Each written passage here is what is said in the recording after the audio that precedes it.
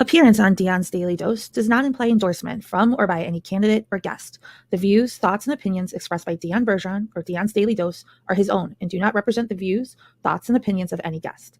Material and information presented is for general information purposes only.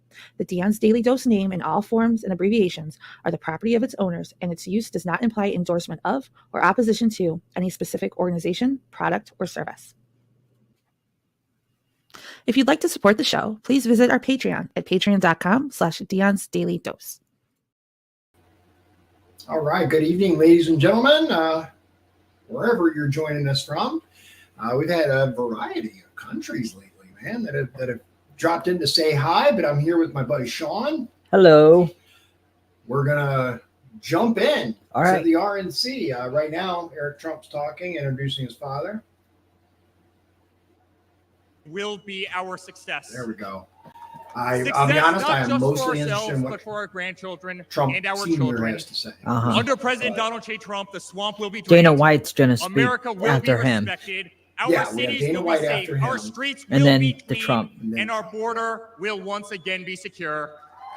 Good job, Bob.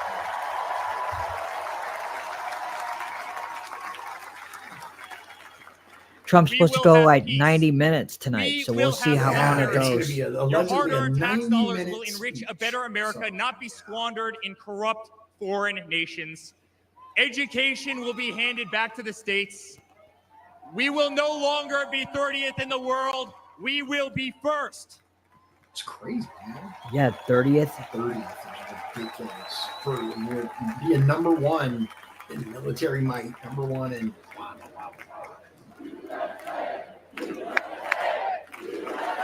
the sheer scale of its economy should, there's no reason for the failures of the politicians, because that's exactly what it is. Our children will understand family. Our children will have values, and our children will love God. And there's nothing wrong with that. No, there isn't. So tired of being made out to be some sort Our of country will prioritize free radical speech, because I believe in respect God. freedom of religion, and honor our Constitution. Yes. Yeah. I would love to see a movement to start getting rid of all these unconstitutional laws. As his son, They're all over. I've never been more proud of a person in my life. A man who has defied all odds more than once. Yeah. A man who believed in the promise of America when others turned away. Yeah. A man who saw a nation in need of a champion and answered that call with unwavering determination and courage. A man who survived a bullet that was intended to eliminate him permanently from our future and from our family. Never have I been more proud to be a Trump. There's going to be a committee hearing on the Secret Service failure on Monday. There needs to be. It'll They be had one already where allegedly they said they knew 10 minutes before Never Trump have I took the been stage. more proud to And they stand still by let my him. father's side. But this one could be open to the I public. remain I think that was incredibly honored closed. to be part of this journey, a journey with all of you. A journey to save the greatest country on earth. A journey with the most incredible people I have ever met. Dad, 5 days ago, Laura, Luke, Carolina, and I held our breath as we saw blood pour across your face. Yeah. That had to be like, oh By the grace of God, divine intervention, and your guardian angels above, you survived. Yep. Thank God. yes.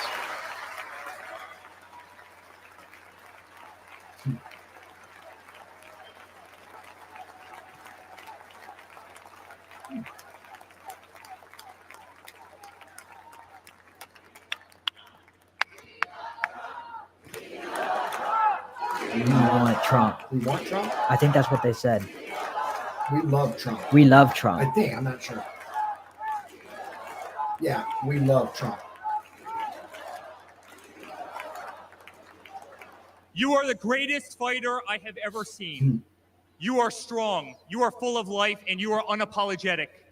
Your optimism is contagious. Your backbone is unbreakable. Your conviction to fight for what is right and against all that is wrong is truly next level.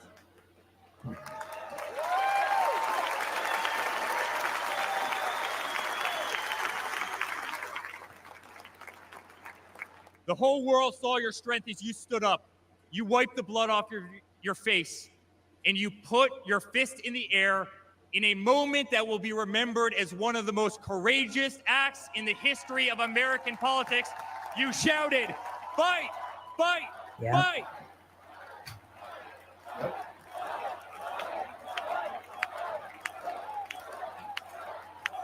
Which was actually just, dude, amazing when I saw that. Absolutely incredible and inspiring.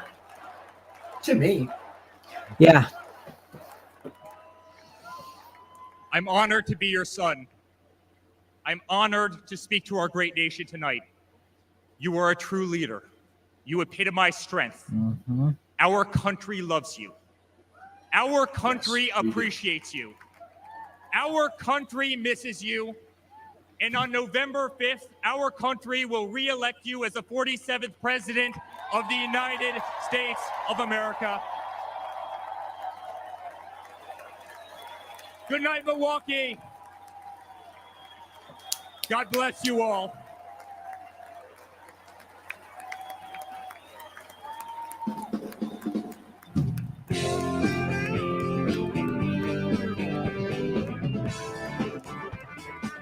Kid Rock was supposed to have a performance tonight too, so I don't know. Yeah. All right, we're going to keep an eye on this and get back to it once the next speaker's up on stage, which I believe is Dana White, right? I think it is. Yeah, it's just the band that's playing, which we looked up last night.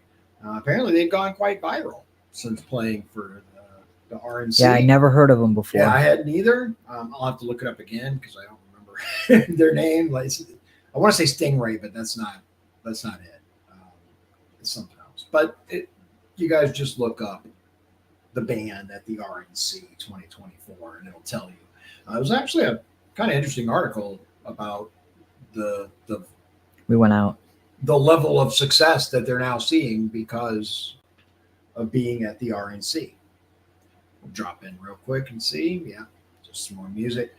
So I have read and seen some very, very weird things regarding the assassination attempt, regarding there's Hulk Hogan. the buildings involved.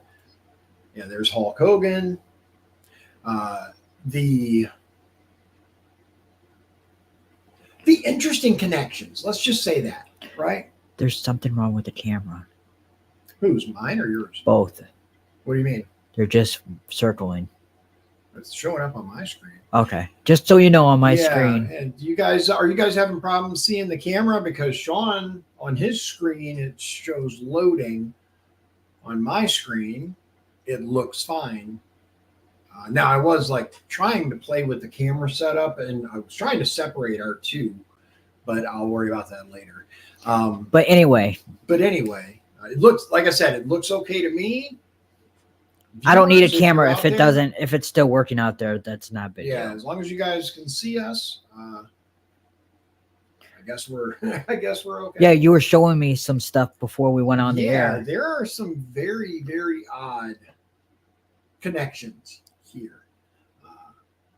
I also have an amazing collection of memes from just all kinds of stuff, man. All kinds of people dealing with it in the way they know how, which is humor, right?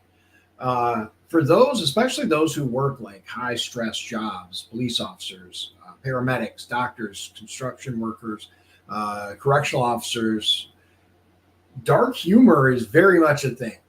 Like you kind of have to have a degree of dark humor to do well or survive in those types of fields. So, is it still just the circle over there? Yeah, it is. Interesting. Do you want me to set up and then? I don't know but I don't know if it's going out there. I guess I don't need. Oh, I wait, see. Yeah, it looks like your camera has frozen now. Okay, all right. So yeah, why don't you hop Reset off. it? Yeah, just like relog in, basically. Come back to the Okay. come back to the show. Anyway, ladies and gentlemen, I've seen some very, very odd things. I'm gonna try during the course of this, especially if we have a significant lull. I'm gonna try to show you guys some of the stuff that I've seen. It is odd, the connections that have been made, the things that people are saying about, well, there's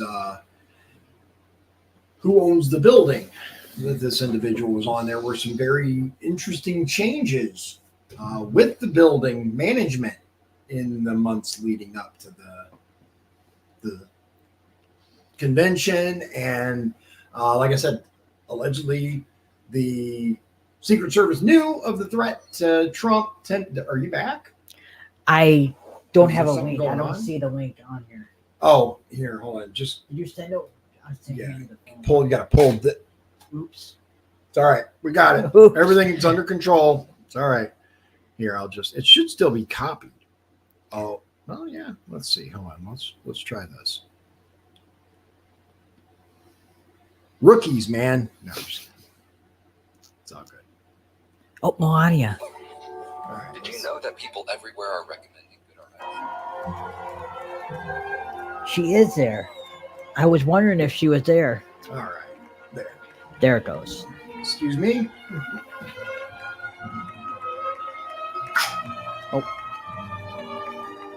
She's classy.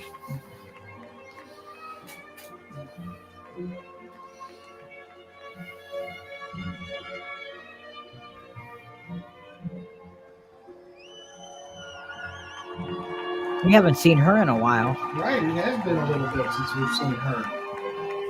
All right. Had to do some camera. All right, finagling there it goes. but we're good now. There she is. She looks incredible, like always. Yep. I mean, she really does. She's always looked very regal, and just it fits her well.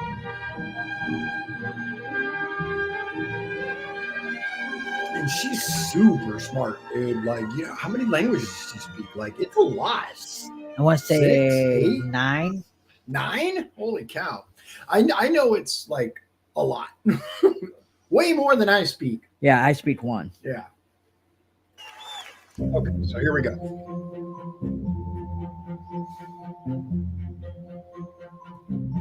This is a story as uniquely American as the ideals and freedoms we all cherish. A story of a life dedicated to dreaming big. A story about giving back to the people in his beloved city. But most of all, this is a story about putting his country first.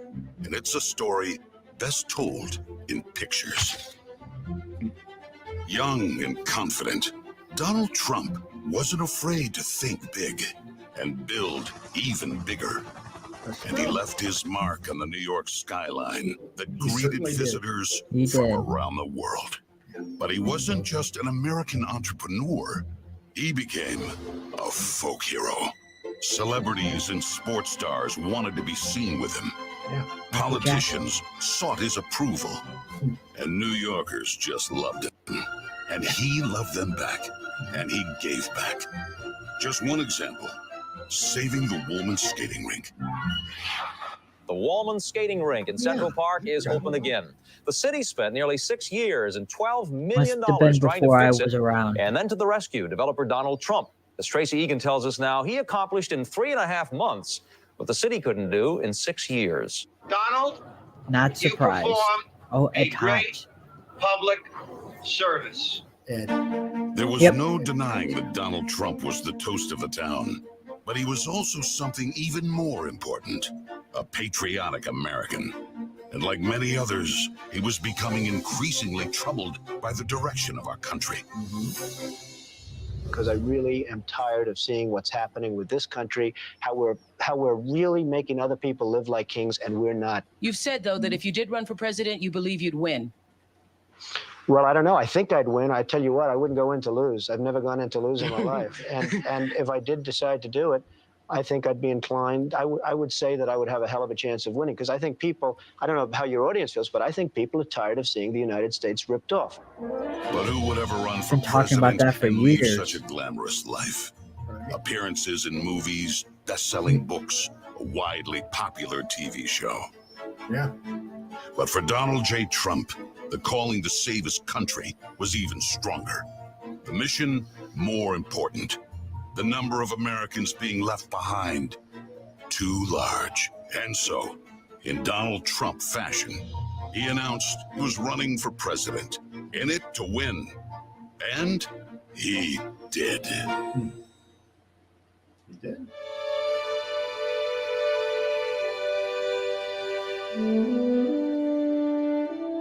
From his first day in office, the Washington politicians learned something about President Trump. He's not afraid to fight for what he believes in. They call that having the courage of your convictions. First up, the Trump tax cuts, largest in America's history, and it led to higher take-home pay for working families. Yes, it did. Unfortunately, today, taxes are up and incomes down. The politicians just never learn. Next for President Trump, secure our border. Check. Miles and miles of wall built. ISIS and other terrorists deterred. But now, we have the Barney Fife of border security. Ouch. Leading to 250,000 Americans Ouch. dead from I guess fentanyl it coming in. hurts. Not wrong. Brutal migrant crime spreading across America. And ISIS now here. President Trump promised he'd keep America out of endless wars. And he did. And he did. Welcome words to the families of our young men and women who serve. Well, they And kept trying. another promise kept. Yep. He started by strengthening our military, then traveled the world, meeting with our allies, and even with our main adversaries, just so they understood that America's strength and resolve was back. Because that's what a strong commander-in-chief does. And it led to a stable world at peace and our troops safe. Today, a different story. Our enemies smelled weakness, then set the world on fire. Putin saw it, then invaded Ukraine. Hamas saw it, then started a war in the Middle East.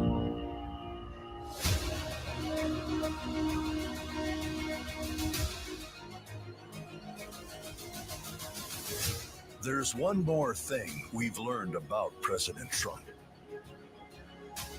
He believes so strongly in America, so optimistic for our possibilities, and so committed to fighting to once again make our country great, that there is nothing that is going to stop him.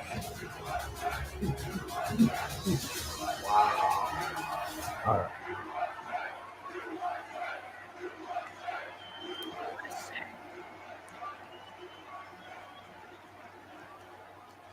Ladies and Pretty badass gentlemen, commercial. please welcome Kid Rock. Oh, okay. They're doing Kid Rock now. All right. What up, America?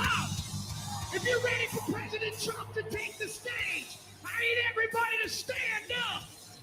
I need everybody to put a fist up in the air. Everybody, Down put for a that. Fist up in the air. Now follow me. Say fight, fight. Say fight, fight. Say fight, fight. That's how Trump body scream.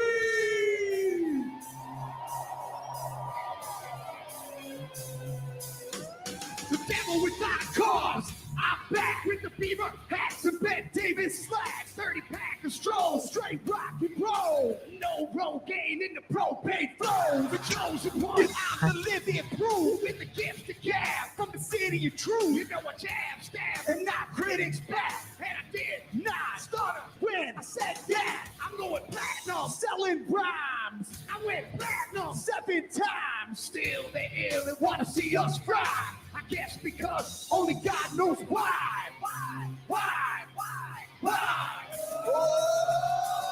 They call me cowboy, I'm the singer of black. Throw a fist in the air, let me see where you at. Say fight, fight.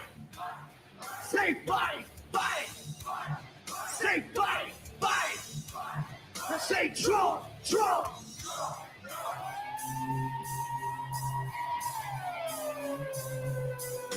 I like ACDC and ZZ Top. We'll see this beasties and the kings of rock. Skinner, Seeger, Lipcorn, and Stones. David Allen and No-Show Jones. Yeah, pass that bottle of brown. Got the rock from Detroit, the soul from Motown. The underground, straight Detroit pimp. With tracks to match. He's lip syncing the hell out of this. I don't play with ass. Well, watch me rock with Liberace Flash. Walk, rock the Clash. Boy bands are trash. I like Johnny Cash and Grandmaster Flash.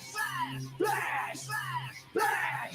Oh, they call me cowboy. I'm a singer of black. Throw a fist in the air. Let me see where you at. Say fight, fight. Say fight, fight. Say fight, fight. I say Trump, Trump. He's getting up there, man. You can tell. Look at putting him out. I mean, I couldn't do it. No. I'm not hating. I'm just saying. I'm the ultimate. I'm like amazing grace. I'm on rock and roll. Never rock this place. All super fly. Living double wide. The big dog to ride. Shack to share. Bringing flash to flare. Like a long hair swinging middle finger in the air. Oh, he's got a bald spot like I do. Hit a rebel, yeah. I won't live to tell. So if you do, rock for freedom. He's been around a while. Said he's been around a while. Oh, yeah. Probably 55 now. Oh, Melania speaks 5 languages. Do what? Melania speaks 5 languages. Say Trump, Trump. Say Trump, Trump. 53. Say Trump, Trump. Say Trump, Trump. I need to hear you louder than that. One more time. I'm a cowboy, badass and black. You singing Trump, Trump. From side to side, from front to back. Come on, Trump, Trump. I put Detroit City back on the map. We singing Trump, Trump. King Rock's in the house. This is where I'm at. Ladies and gentlemen, get ready for the most patriotic American badass on earth, President Donald J. Trump. But first, another American badass, my brother, Dana White. There's Dana White. All right. America.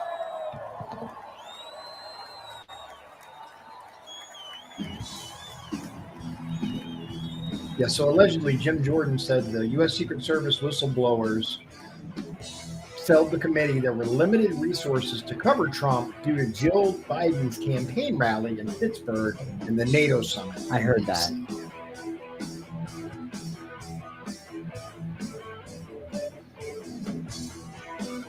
All right. So up next is Dana White to introduce DJT. We'll see how that goes. Dana White. So I just heard something interesting when Liz was in here. Yeah. Told us about Dana White, that allegedly he said he didn't like the fact that the fighters are thanking God. I never heard that. I don't know if it's true or not. Yeah. She said this. I don't know if it's true. I hope not. I think that would be very unfortunate. It'll cause me to lose a great deal of respect for the man. I'll be honest, man. I'm not like a massive Dana White I'm fan not either. anyway. I think he has, some issues. I just realized this is like really crooked. It's bugging me. Maybe that looks better. All right, here he is. Good evening, ladies and gentlemen. I am Dana White. I am the CEO and president of the Ultimate Fighting Championship. So 2 weeks ago, I got a call from President Trump asking me if I'd be willing to speak tonight. As usual, there was no pressure, no demands. He asked me as a friend, and of course I said yes. Then, after I accepted his offer, he sent me a text message, and I just want to read to you a little piece of what President Trump wrote to me. Okay. Dana, I'm so honored that you will be doing the introduction at the National Republican Convention. Think of it as the biggest fight you ever had, a fight for our country and even the world. I only wish you didn't have to interrupt your family trip, but I hope they understand, they love you, and they know how important this is. Aww. Now think about this. This man's running for president of the United States. He's fighting for the future of this country, and he's concerned about interrupting my family trip. Yeah. That's the President Trump that I know. A man who truly cares about people. That's what I've heard. The mainstream media likes to push the narrative that he doesn't care about anyone but himself. Right. I absolutely know that's not the truth because I've been friends with this guy for 25 years. Yeah. And for the people who know me, they'll know this is true. I just want to make something very clear. Nobody in the Trump campaign has ever told me what to say. Nobody tells me what to say, and I'm nobody's puppet. Yeah. That's one thing I'll give him. I will give him that. And I'm not telling you what to think. I'm telling you what I know. And I know President Trump. I know President Trump is a fighter. I've been saying this since 2015. Now look at what's happened over the last 10 years. We have all seen it with our own eyes. Yeah. I'm in the tough guy business. And this man is the toughest, most resilient human being that I've ever met in my life. Right? That's a fair point. Yes. The higher the stakes, the harder he fights. And this guy never, ever gives up. No. So what's at stake here? The answer is in President Trump's text. And I quote, "A fight for our country." Yeah. I know why he's running for president again. Why else would he put himself through everything he's dealt with just to get back here? We all know he doesn't need this. This guy's got a great life. He has a beautiful family, and he has achieved everything that you could possibly achieve in life. I know President Trump is literally putting his life on the line for something bigger than himself, and he's willing to risk it all because he loves this country.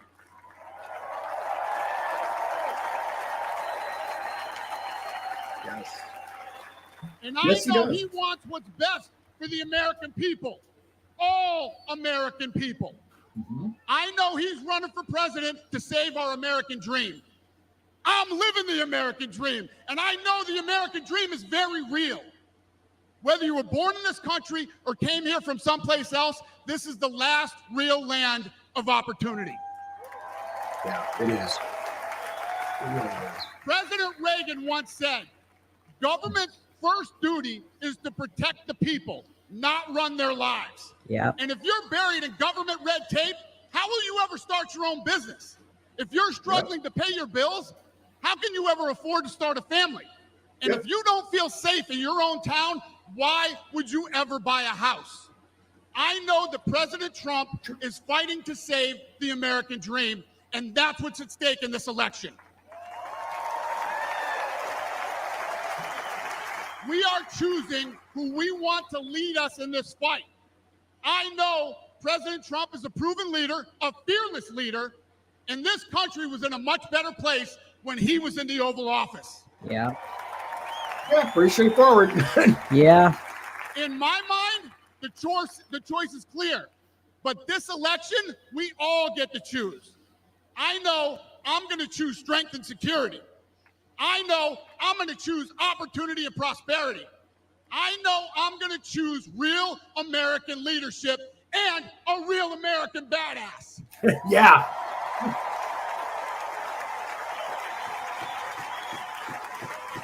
And I'm not telling you what choice to make, and I'm not telling you what to think. I'm telling you what I know. I know America needs a strong leader, and the world needs a strong America. I know Donald J. Trump is the best choice for President of the United States. My fellow Americans, it is my honor to introduce the 45th Here and he soon to comes. be 47th President of the United States, Donald J. Trump. Here he comes. Here he comes. There he is.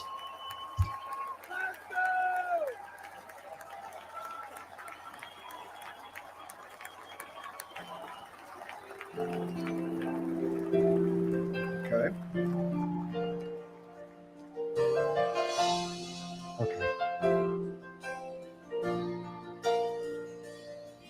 If tomorrow all the things were gone, I'd work for all my It's life. Lee Greenwood, right? Yep. And I had to start again. God bless the Just USA. my children and my wife. Thank my lucky stars to be living here today. He's been around a while, too. Because our flag still stands for freedom, and they can't take that away. And I'm proud to be an American, where at least I know I'm free. And I won't forget the men who died, who gave that right to me. And I gladly stand up next to you and defend her still today. 'Cause there ain't no doubt I love this land. Sing it. God bless the USA. Nobody wants to hear me sing. I'm not going to sing. Nobody wants to hear me sing. Believe me. I've been told I can't carry a tune in a bucket. From the lakes of Minnesota to the hills of Tennessee. I like to sing. I'm just atrocious Of at it. Texas, from sea to shining sea. From Detroit to Houston. There he is. There's the man himself. To LA. There's pride in every American heart, and it's time to stand and say that I'm proud to be an American, where at least I know I'm free. And I won't forget the men who died, who gave that right to me. And I gladly stand up Yeah, so next to you and defend her still today. the Democrats are crying about the size of the bandage on his ear, saying, "Oh, you don't need a bandage that big." Really? Oh, there's tons of stuff. Like, it's ridiculous. They even go so far as to say that Trump staged the entire thing. I've heard that. Yeah, because that's something smart that you Yeah. do is arrange for yourself to be shot. Like, Doesn't make sense. here's the thing, right? Had you just been shot, like, in the vest, okay, I could potentially see that as a maybe trying to set up a badass photo op. But he took it to the ear. Yeah, that was like, if he had not moved his head, he'd be dead. And Biden asked him on the phone call, well, why'd you move your head? Or what caused you to move your head? Or, basically, why didn't you let us kill you? And we gotta have context. Well, We don't know if he meant like asking curiously or I don't know. It's still a shitty thing to say. kind of is. Yeah.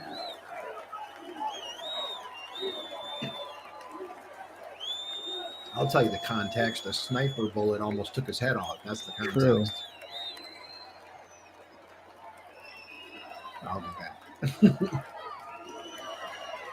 I like that.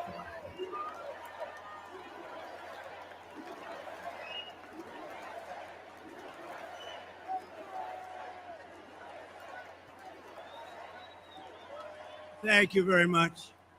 Thank you very, very much. Wow. And thank you, Dana. Thank you, Kid Rock, sometimes referred to as Bob. What? And thank you, Lee, right from the beginning. Thank you very much. What a talent. What a beautiful, beautiful song. Who calls Kid Rock Bob? What if That's Friends, gotta look that up. delegates, Hold on. fellow citizens, I stand before you this evening with a message of confidence, strength, and hope. 4 months from now, we will have an incredible victory, and we will begin the 4 greatest years in the history of our country. Together, we will launch a new era of safety, prosperity, and freedom for citizens of every race, religion, color, and creed. The discord and division in our society must be healed. We must heal it quickly. As Americans, we are bound together by a single fate and a shared destiny. We rise together or we fall apart. I am running to be president for all of America, not half of America, because there is no victory in winning for half of America. So tonight, with faith and devotion, I proudly accept your nomination for President of the United States. It's official. Now he's the official candidate. Not that there was any doubt. No, but it's always, I nonetheless. like to watch that moment. But I didn't hear he completely changed his speech, so I'm Oh, yeah. interested to see what he's going to say. It's Kid Rock's first name is Robert. I think that's why he called that's Bob. Okay. Thank you very much. Robert Rock. Bob Rock. Yeah. Bob Rock.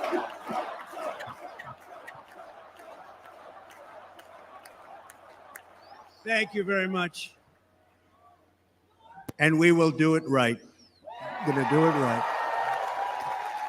Let me begin this evening by expressing my gratitude to the American people for your outpouring of love and support following the assassination attempt at my rally on Saturday.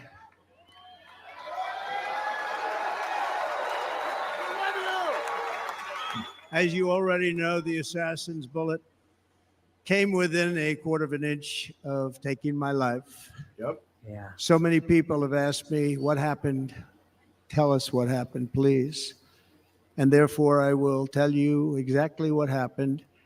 And you'll never hear it from me a second time because it's actually too painful to tell. It was a warm, beautiful day in the early evening in Butler Township in the great Commonwealth of Pennsylvania. Music was loudly playing, and the campaign was doing really well. I went to the stage, and the crowd was cheering wildly. Everybody was happy. I began speaking very strongly, powerfully, and happily, because I was discussing the great job my administration did on immigration at the southern border. We were very proud of it.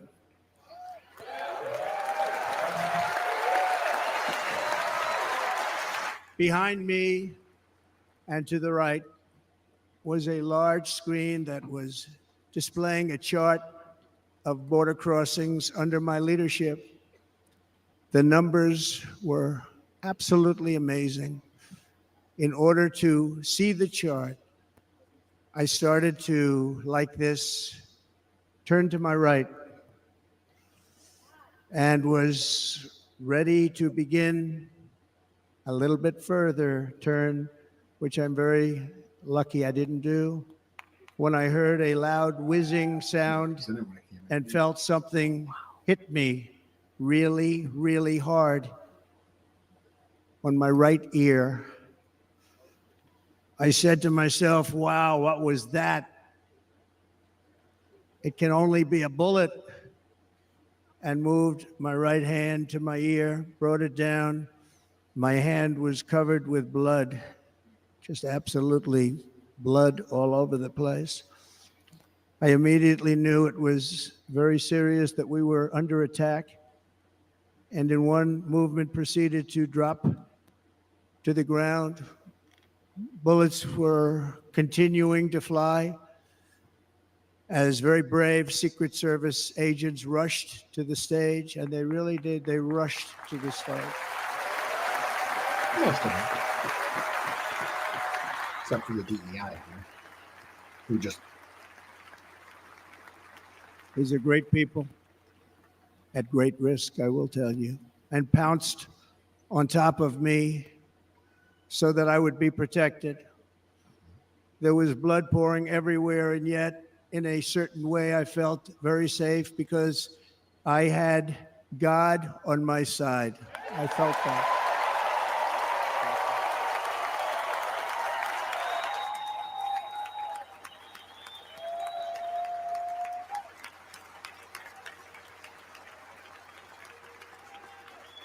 The amazing thing is that prior to the shot, if I had not moved my head at that very last instant, the assassin's bullet would have perfectly hit its mark, and I would not be here tonight. We would not be together. The most incredible aspect of what took place on that terrible evening in the fading sun was actually seen later. In almost all cases, as you probably know, and when even a single bullet is fired, just a single bullet, and we had many bullets that were being fired, crowds run for the exits or stampede. Yeah. But not in this case. It's No. very unusual. Everyone did the right thing. Didn't quit, check on their fellow citizens. This massive crowd And of their family. tens of thousands of people stood by and didn't move an inch. In fact, many of them bravely, but automatically stood up looking for where the sniper would be. They knew immediately it was a sniper. Yep. And then began pointing at him. You can see that if you look at the group behind me. That was just a small group compared to what was in front. Nobody ran, and by not stampeding, many lives were saved. Yeah. But that isn't the reason that they didn't move. The reason is that they knew I was in very serious trouble. They saw it. They saw me go down. They saw the blood and thought, actually, most did, that I was dead. They knew it was a shot to the head. They saw the blood. And there's an interesting statistic. The ears are the bloodiest part. If something happens with the ears, they bleed more than any other part of the body. For whatever reason, the doctors told me that. I said, why is there so much blood? He said, it's the ears. They bleed more. So we learned something, but they just... So we learned something. They just, this beautiful crowd, they didn't want to leave me. They knew I was in trouble. They didn't want to leave me. And you can see that love written all over their faces. Incredible people. They're incredible people. Bullets were flying over us, yet I felt serene. But now the Secret Service agents were putting themselves in peril. They were in very dangerous territory. Bullets were flying right over them, missing them by a very small amount of inches. And then it all stopped. Our Secret Service sniper, from a much greater distance and with only one bullet used, took the assassin's life, took him out.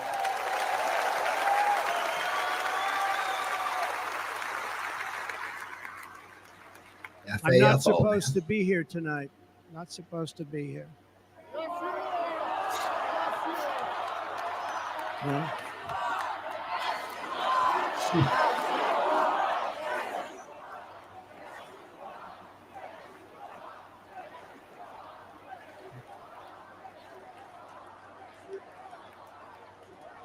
Thank you.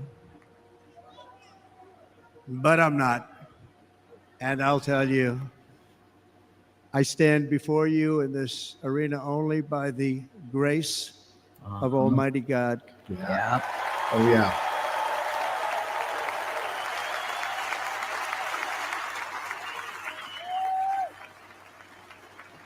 In watching the reports over the last few days, many people say it was a providential moment. Probably was. When I rose, surrounded by Secret Service, the crowd was confused because they thought I was dead. And there was great, great sorrow. I could see that on their faces as I looked out. They didn't know I was looking out. They thought it was over. But I could see it. I wanted to do something to let them know I was okay. I raised my right arm, looked at the thousands and thousands of people that were breathlessly waiting, and started shouting, "Fight, fight, fight." Yep. Iconic moment. Very iconic, man. That's a historical photo right there. Once my clenched fist went up, and it was high into the air. You've all seen that. The crowd realized I was okay and roared with pride for our country like no crowd I have ever heard before.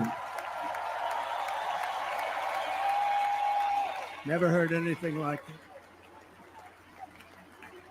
For the rest of my life, I will be grateful for the love shown by that giant audience of patriots that stood bravely on that fateful evening in Pennsylvania. Tragically, the shooter claimed the life of one of our fellow Americans, Corey, comparator, unbelievable person, everybody tells me. Unbelievable. And seriously wounded. 2 other great warriors. Spoke to them today. David Dutch and James Copenhaver. 2 great people. I also spoke to all 3 families of these tremendous people. Our love and prayers are with them and always will be. We're never going to forget them. They came for a great rally. They were serious Trumpsters, I want to tell you. They were serious Trumpsters and still are. But Corey, unfortunately, we have to use the past tense. He was incredible. He was a highly respected former fire chief, respected by everybody. Oh, yeah. Was accompanied by his Protected his family. wife, Helen, incredible woman. I spoke to her today, devastated. And 2 precious daughters. He lost his life selflessly acting as a human shield to protect them from flying bullets. He went right over the top of them and was hit. What a fine man he was. That's how men are supposed to act.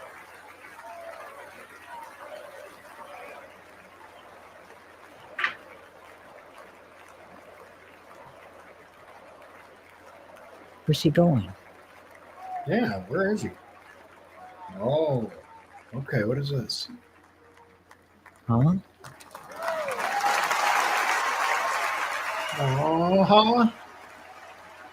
I didn't even see that.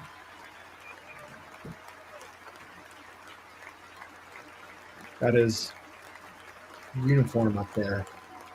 Yeah.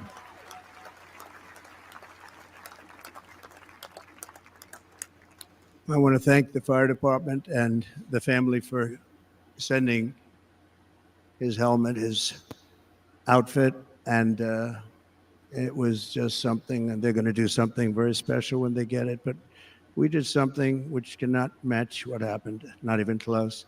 But I am very proud to say that over the past few days, we've raised $6.3 million. Wow, on the GoFundMe.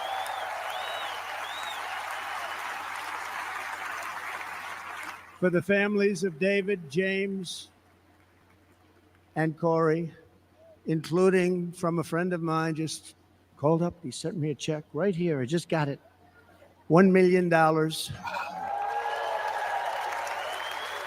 From Dan Newland. Thank you, Dan. Wish I had friends that could write a check for $1 million. Yeah. And again, when speaking to the family, I told them, I said, well, I'm going to be sending you a lot of money, but it can't compensate. They all said the same thing. You're right, sir. We appreciate so much what you're doing, but nothing can take the place in the case of Corey. And the other 2, by the way, they were very, very seriously injured, but now they're doing very well. They're going to be okay. Oh, that's good. That is good. They're going to be doing very well.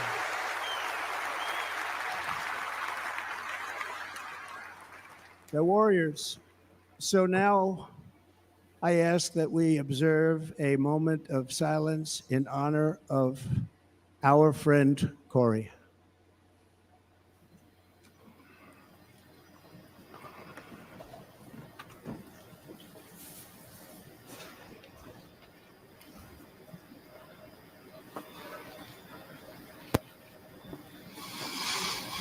There is no greater love than to lay down one's life for others. This is the spirit that forged America in her darkest hours. And this is the love that will lead America back to the summit of human achievement and greatness. This is what we need. Despite such a heinous attack, we unite this evening more determined than ever. I am more determined than ever, and so are you. So is everybody in this room. Yes, I agree with that. Absolutely.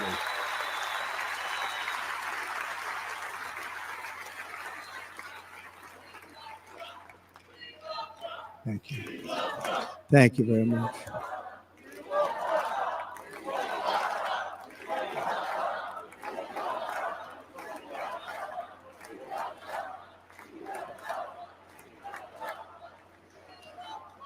Our resolve is unbroken and our purpose is unchanged to deliver a government that serves the American people better than ever before.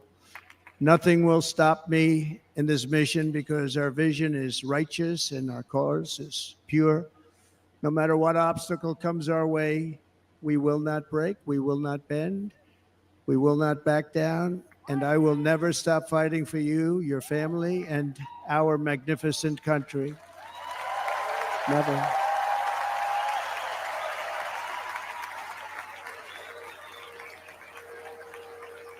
And everything I have to give with all of the energy and fight in my heart and soul, I pledge to our nation tonight. Thank you very much. I pledge that to our nation. We're going to turn our nation around, and we're going to do it very quickly. Thank you.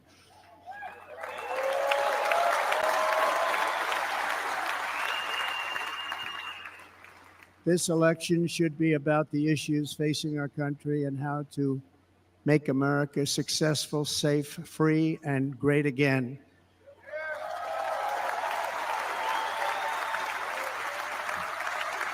In an age when our politics too often divide us, now is the time to remember that we are all fellow citizens. We are one nation under God, indivisible, with liberty and justice for all.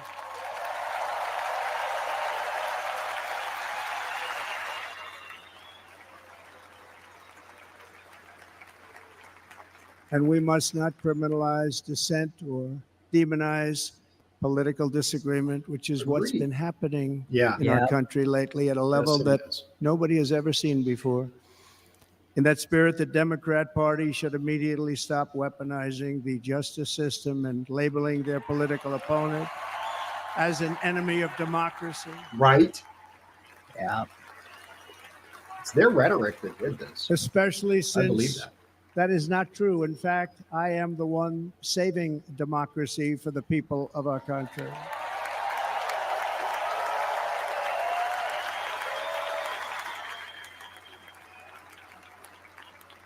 And very big news, as you probably just read. On Monday, a major ruling was handed down from a highly respected federal judge in Florida, Eileen Cannon, finding that the prosecutor and the fake documents case against me were totally unconstitutional, and the entire case was thrown out of court. Bye, Felicia. Yeah, we even discussed it on this show. If Democrats want to unify our country, they should drop these partisan witch hunts, which I have been going through for approximately 8 years. And they should do that without delay and allow an election to proceed that is worthy of our people. We're going to win it I wish anyway, they would, but I don't but worthy of have our much people. hope for that. Right. On this journey, I am deeply honored to be joined by my amazing wife, Melania.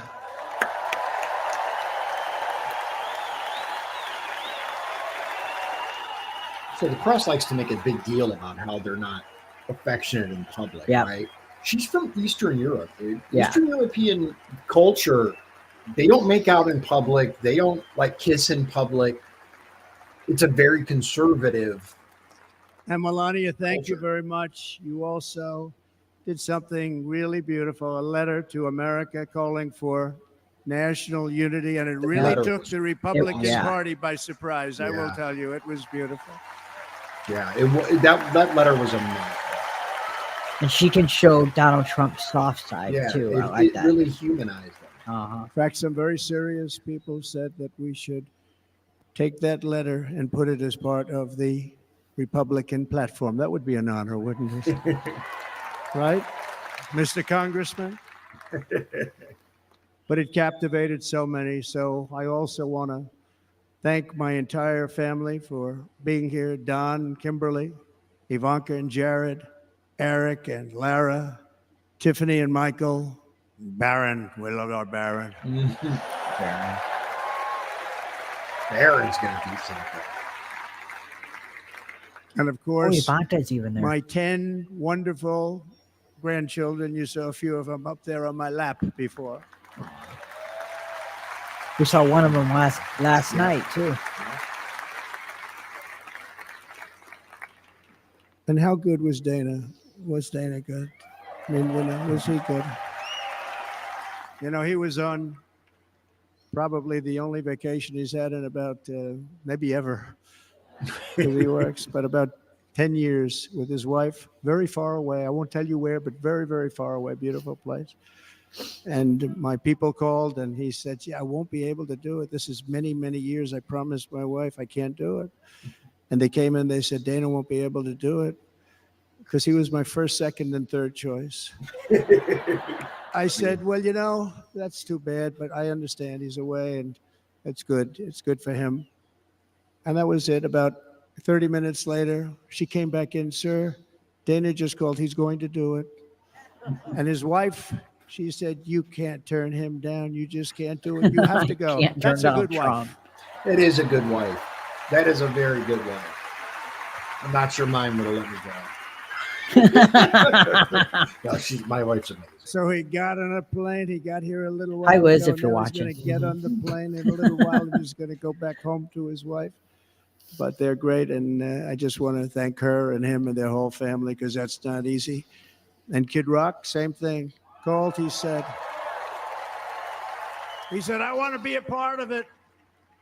I want to be a part because, Kid does his great song, Big, Big Monster song. I had no idea. He became a friend of mine over the last 10 years. And he's amazing. Everyone loves him. I didn't even know how big he was. He has rallies, 35, 40,000 people he gets every time he goes out. Yeah. I think he's making so much money, he doesn't know what the hell to do with it. You want to know? I'll give you some ideas, kid. Believe me. And then we have my other friend that I've known him so long, and we took that song, and it was a big success, but we made that. I saw a chart of great songs to America. That was #1 on the chart recently, #1. So that's Lee Greenwood, a very special, beautiful person. He's a beautiful man. But they all wanted to be here. They called. And how about the Hulkster? How good was he? Is he up? Where is he? The Hulkster. There he is. There he is. Boy, oh boy.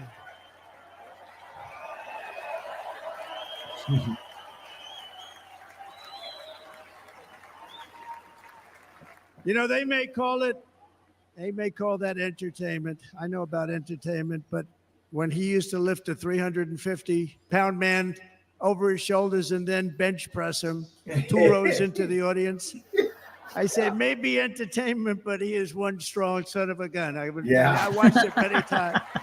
There aren't a lot of entertainers that can do that, right? That's true. You were fantastic. Thank you very much. Followed by Eric. What was that all about? Boy, that was good. I didn't want to really come up here. But he was so great, and he's such a good young man. He went through a lot of trouble, and Don last night was incredible. They went through so much trouble. They got subpoenaed more than any people probably in the history of the United States. Every week they get another subpoena. Yeah. From the Democrats, crazy Nancy Pelosi, the whole thing, just boom, boom, boom. They've got to stop that because they're destroying our country. We have to work on making America great again, not on beating people. And we won. We beat them in all. We beat them on the impeachments. We beat them on indictments. We beat them. But the time that you have to spend, if they would devote that genius to helping our country, we'd have a much stronger and better country. Yeah, he's not wrong. Good point, Mr. Trump.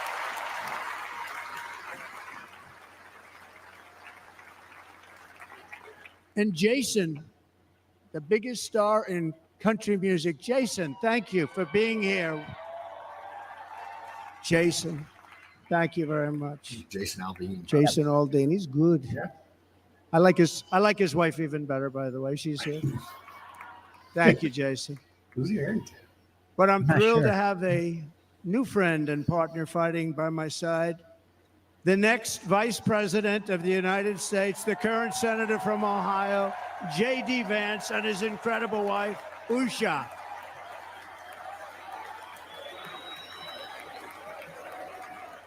Yeah, we're gonna do a dive on who he is. Okay. I think it'll be interesting. The only place I can watch that movie is Netflix, and I do not want to give. He's going to be a Netflix great vice president. He's going to be great. He'll be with this country and with this movement, greatest movement in the history of our country. Make America great again. When they criticize it, they say, we're going to try and stop MAGA. I said, MAGA is making America great again. What are you going to stop? There's nothing to stop. Right. Then they say, oh, that's right. It's very tough to fight it. And all of the people that did try and fight it have failed. But he's going to be with us for a long time. And it was an honor to select him. Great, great student at Yale. His wife was a great student at Yale. They met at Yale. These are two smart people. So, JD, you're going to be doing this for a long time. Enjoy the ride.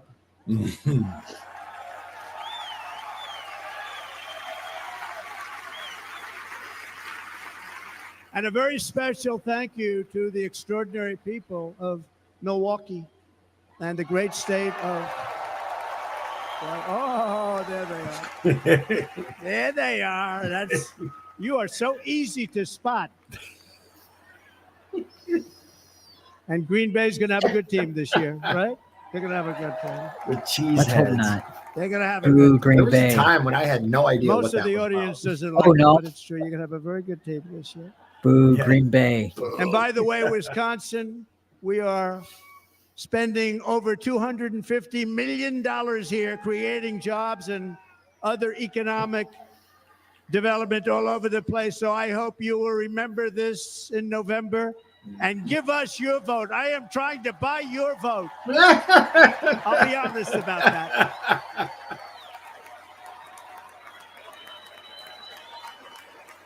That's right. What's it going to cost? And I promise we will make Wisconsin great again. We're going to make it. Muga. Thank you, Mr. Governor. Thank you very much. State that Thank he you. needs. I'm here tonight be to lay out a close. vision for the whole nation, to every citizen, whether you're a young or old man or woman, Democrat, Republican, or independent, black or white, Asian or Hispanic. I extend to you a hand of loyalty and of friendship. Together, we will lead America to new heights of greatness like the world has never seen before. We were right there in the first term. We got hit with COVID. We did a great job. Nobody knew what it was, but nobody's ever seen an economy pre-COVID. And then we handed over a stock market that was substantially higher than just prior to COVID. Coming in, did a great job. Never got credit for that. We got credit for the war and defeating ISIS and so many things, the great economy, the biggest tax cuts ever, the biggest regulation cuts ever, the creation of Space Force, the rebuilding of our military. We did so much. We did so much. Right to try is a big deal. It is We a got big right deal. It to is. try. They were trying to get that for 52 years. And they used the Somebody blueprint is from terminally Indiana ill. for that. And hopefully there's nobody in this audience, but it does Got the happen idea a from the lot. state of They're Indiana. terminally ill and they can't use our Right new to try. space age Wow. drugs and other things that we are way ahead. We have the greatest doctors in the world, the greatest laboratories in the world, and you can't do it. They've been trying to get that approved for 52 years. Wasn't that easy? The insurance companies didn't want to do it. They didn't want the risk. The labs didn't want to do it because if it didn't work, people are pretty far down the line toward death. They didn't want to do it. The doctors didn't want to have it on their records, so I got everybody into an office. 52 years they tried. Sounds simple, but it's not. And I got them to agree that somebody that needs it will, instead of going to Asia, Europe, or someplace, or if you have no money going home and dying, just die.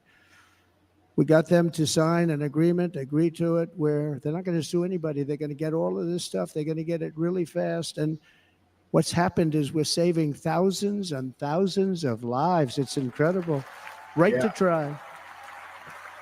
It has been Great feeling. extremely successful. Under our leadership, the United States will be respected again. No nation will question our power. No enemy will doubt our might. Our borders will be totally secure. Our economy will soar. We will return law and order to our streets, patriotism to our schools, and importantly, we will restore peace, stability, and harmony all throughout the world. But to achieve this future, we must first rescue our nation from failed and even incompetent leadership. We have totally incompetent leadership. This will be the most important election in the history of our country. Under the current administration, we are indeed a nation in decline. We have an inflation crisis that is making life unaffordable, ravaging the incomes of working and low-income families, and crushing, just simply crushing our people like never before. They've never seen anything like it. We also have an illegal immigration crisis, and it's taking place right now as we sit here in this beautiful arena. It's a massive invasion at our southern border that has spread misery, crime, poverty, disease, and destruction to communities all across our land. Nobody's ever seen anything like it. Then there's an international crisis, the likes of which the world has seldom been part of. Nobody can believe what's happening. War is now raging in Europe and the Middle East. A growing specter of conflict hangs over Taiwan, Korea, the Philippines, and all of Asia. And our planet is teetering on the edge of World War III. And this will be a war like no other war because of weaponry. The weapons are no longer army tanks going back and forth shooting at each other. These weapons are obliteration. It's time for a change. This administration can't come close to solving the problems. We're dealing with very tough, very fierce people. They're fierce people. And we don't have fierce people. We have people that are a lot less than fierce, except when it comes to cheating on elections and a couple of other things. Then they're fierce. Then they're fierce. So tonight, I make this pledge to the great people of America. I will end the devastating inflation crisis immediately, bring down interest rates, and lower the cost of energy. We will drill, baby, drill. A hell of a promise to fix the inflation problem right away. Yeah. I'm all for the energy independence, drill, baby, drill. I'm all for that. But inflation's a little bit harder to tackle right off the bat. Trump exaggerates a little bit sometimes. I mean, he's a businessman. Can you I mean, I believe think what he can solve it, but it's going to take time. Yeah, oh yeah. But by doing that, we will lead a large-scale decline in prices. Prices will start to come down. Energy raised it. They took our energy policies and destroyed them. Then they immediately went back to them, but by that time, so much was lost. But we will do it at levels that nobody's ever seen before. And we'll end lots of different things. We'll start paying off debt and start lowering taxes even further. We gave you the largest tax cut. We'll do it more. You know, people don't realize I brought taxes way down, way down.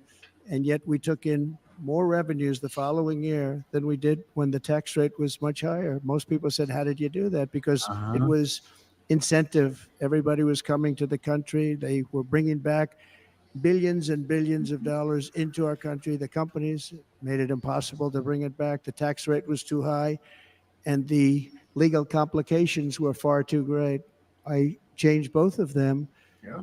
And hundreds of billions of dollars by Apple and so many other companies were brought back into our nation. And we had an economy the likes of which no nation had ever seen. China, we were beating them at levels that were incredible.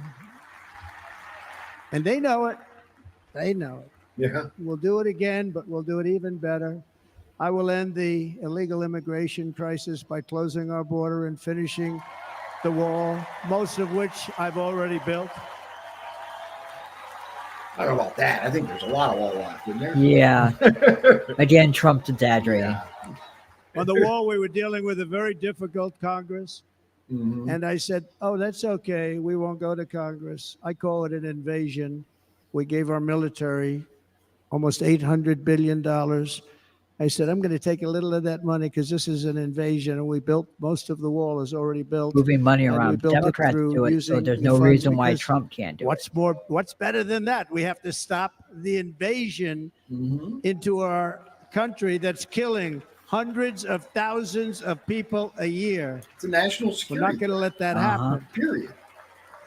Biden could end this crisis. I will easily end if he every wanted single to. international crisis that the current administration has created, including the horrible war with Russia and Ukraine, which would have never happened if I was president. I agree And with the that. war caused by the attack on Israel, which would have never happened if I was agree with that. president. Iran was broke. Iran had no money. Now Iran has $250 billion. They made it all over the last 2.5 years. They were broke. I watched the other day on a show called Deface the Nation. Has anyone seen it? And they had a congressman who was a Democrat say, well, whether you like him or not, Iran was broke dealing with Trump. I told China and other countries, if you buy from Iran, we will not let you do any business in this country, and we will put tariffs on every product you do send in of 100% or more. And they said to me, well, I think that's about it. They weren't going to buy any. Yeah. They were ready to make a deal. They Iran know was gonna Trump's make a deal with serious. us. And then we had that horrible, horrible result that we'll never let happen again. The election result, we're never going to let that happen again. They used COVID to cheat. We're never going to let it happen again. Okay. And they took off all the sanctions and they did everything possible They for did. Iran. And now Iran is very close to having a nuclear weapon, which would have never happened. This is a shame what this administration, the damage that this administration has done. And I say it often.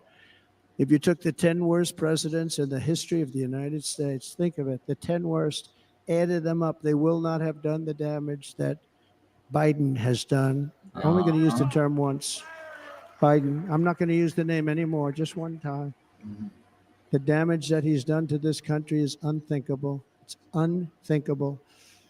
Together we will restore vision, strength, competence, and we're going to have a thing called common sense making most of our decisions, actually. It's all common sense. Good thing. Such a wild concept. Just Yeah. a few short years ago under my presidency, we had the most secure border and best economy in the history of our country, in the history of the world. We had the greatest economy in the history of the world. We had never done anything like it. We were beating every country, including China, by leaps and bounds. Nobody had seen anything like it. We had no inflation, soaring incomes were going. Nobody can believe it. You can't believe what happened 4 years ago is happening now in reverse. And the world was at peace. Inflation has been a killer for our country. No matter what you make it, it doesn't matter because inflation is eating you alive. People that were putting away money, they were making great wages, the highest they've ever made, but they were putting away a lot of money. Now they are just being destroyed. They're not putting away anything. They're barely living. Paycheck They're to going into paycheck savings now. accounts. They're taking out their money to live because of inflation. Inflation, remember, It's called a country buster. You can go back to Germany from 100 years ago. You can go back to any country that suffered great inflation. And we've suffered the worst inflation we've ever had. But go back and see what's happened to those countries. We've had the worst inflation we've ever had under this person. But in less than 4 years, our opponents have turned incredible success into unparalleled tragedy and failure. It's been a tremendous failure. Today, our cities are flooded with illegal aliens. Americans are being squeezed out of the labor force and their jobs are taken. By the way, you know who's taking the jobs that are created? 107% of those jobs are taken by illegal aliens. And you know who's being hurt the most by millions of people pouring into our country? The black population and the Hispanic population, because they're taking the jobs from our black population, our Hispanic population, and they're also taking them from unions. The unions are suffering because of it. Yeah, they are. Thank you. Thank you. I like you too. Thank you very much. Inflation has wiped out the life savings of our citizens and forced the middle class into a state of depression and despair. That's what it is. It's despair and depression. We cannot and will not let this continue. Less than 4 years ago, we were a great nation, and we will soon be a great nation again. We're going to be a great nation again. There's no way we could survive another 4 years. Yeah. Thank Or you. Kamala. With proper leadership, every disaster we are now enduring will be fixed, and it will be fixed very, very quickly. So tonight, whether you've supported me in the past or not, I hope you will support me in the future, because I will bring back the American dream. That's what we're going to do. You don't even hear about the American dream anymore. Right? There's a reason for that. With great humility, I am asking you to be excited about the future of our country. Be excited. Be excited.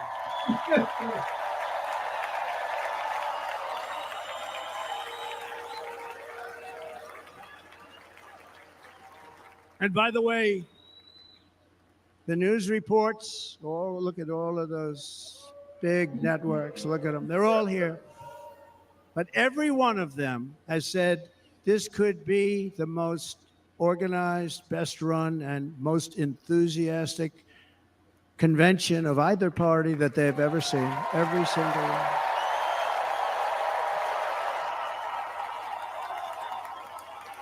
And it's true. It's true. And there's love in the room. There's great love in the room.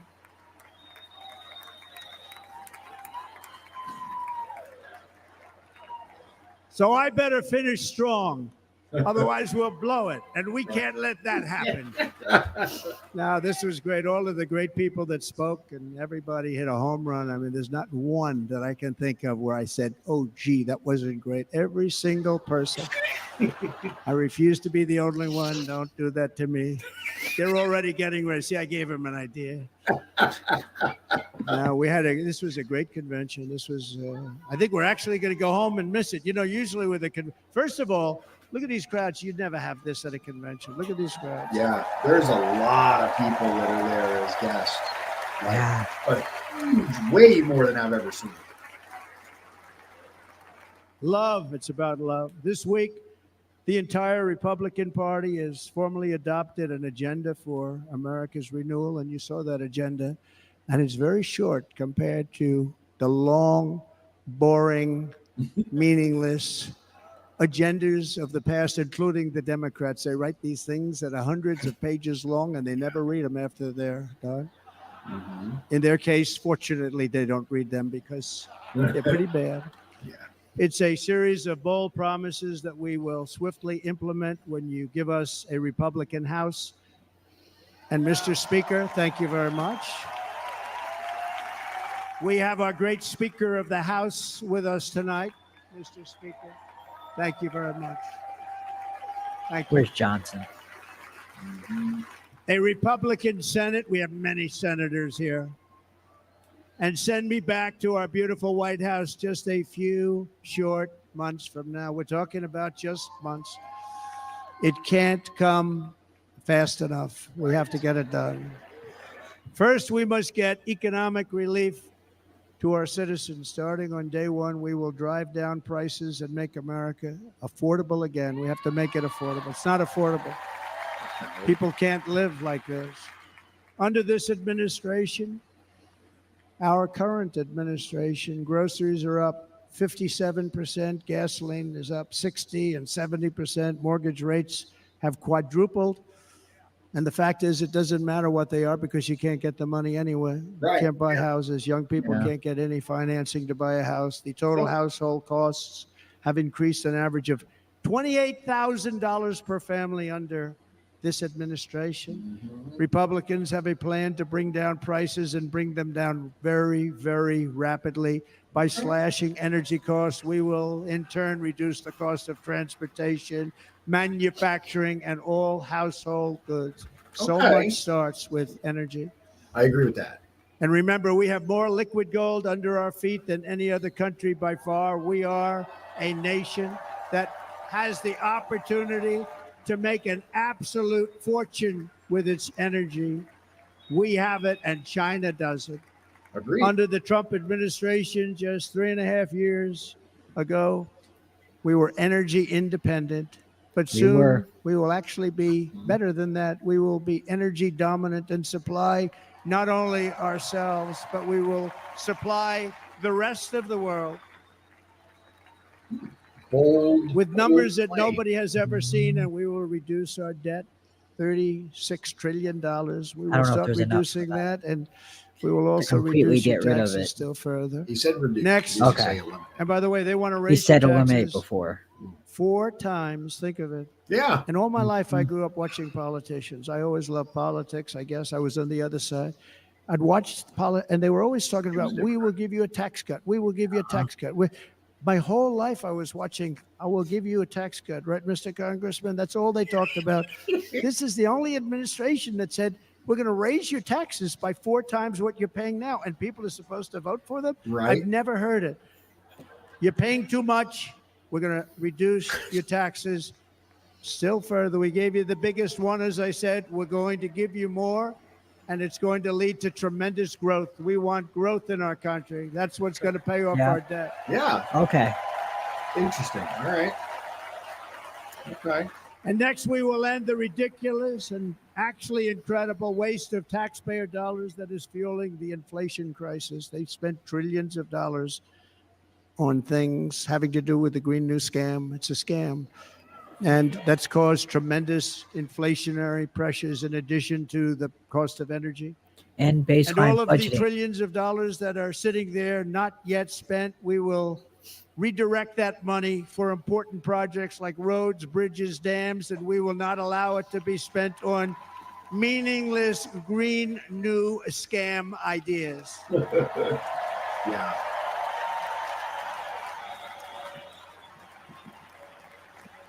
And I will end the electric vehicle mandate on day one. Good.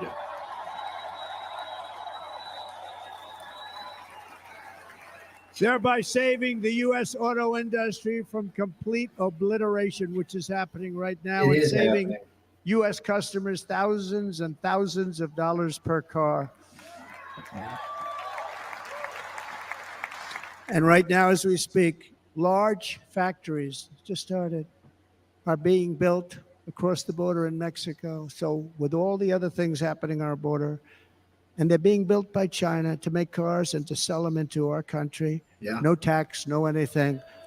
The United Auto Workers ought to be ashamed for allowing this to happen. And the leader of the United Auto Workers should be fired immediately. And every single auto worker, union and non-union, should be voting for Donald Trump because we're going to bring back car manufacturing and we're going to bring it back fast.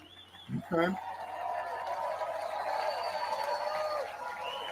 They're building some of the largest auto plants anywhere in the world. Think of it, in the world. We're going to bring it back. We're going to make them. We don't mind that happening, but those plants are going to be built in the United States, and our people are going to man those plants. That's right.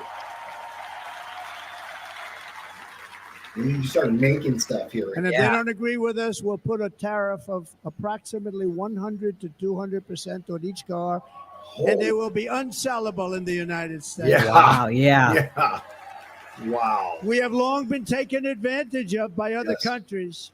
Yes, we have. And think of it, oftentimes these other countries are considered so-called allies. They've taken advantage of us for years. We lose jobs, we lose revenue, and they gain everything and wipe out our businesses, wipe out our people. I stopped it for 4 years. I stopped it, and we're really ready to make changes like nobody had seen before. And remember, USMCA, I got rid of NAFTA, the worst trade deal ever made, and replaced it with USMCA, which is, they say, the best trade deal ever made. Actually, probably the best trade deal was the deal I made with China, where they buy $50 billion worth of our product. They were buying nothing. They buy $50 billion worth. They had to. But I don't even talk about it because of COVID. I don't even mention it, frankly, because of what happened with the China virus. I was waiting for it. I was waiting for it. China. Come on, say China. We will not let countries come in, take our jobs, and plunder our nation. They come and do that. They plunder our nation. The way they will sell their product in America is to build it in America. Very simple. Build it in America and only in America.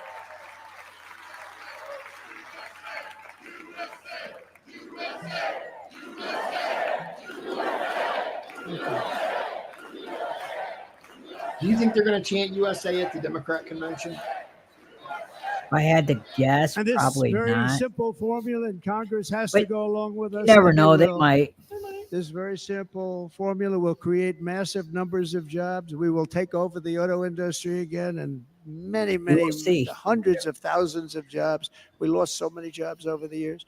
If you go back 20, 25 years, they've stolen, going to China and Mexico, about 68% of our auto industry manufacturing jobs. We're going to get them all back. We're going to get them all back, every one of But them. it's going to be a virtual convention, probably. The Democrats. At the We're center talking of our about plan virtual. for economic relief are massive tax cuts for workers that include something else that's turned out to be very popular, actually. Here it's very popular in this building and all those hotels that I saw that are so nice. I'm staying in a nice one. It's called no tax on tips. No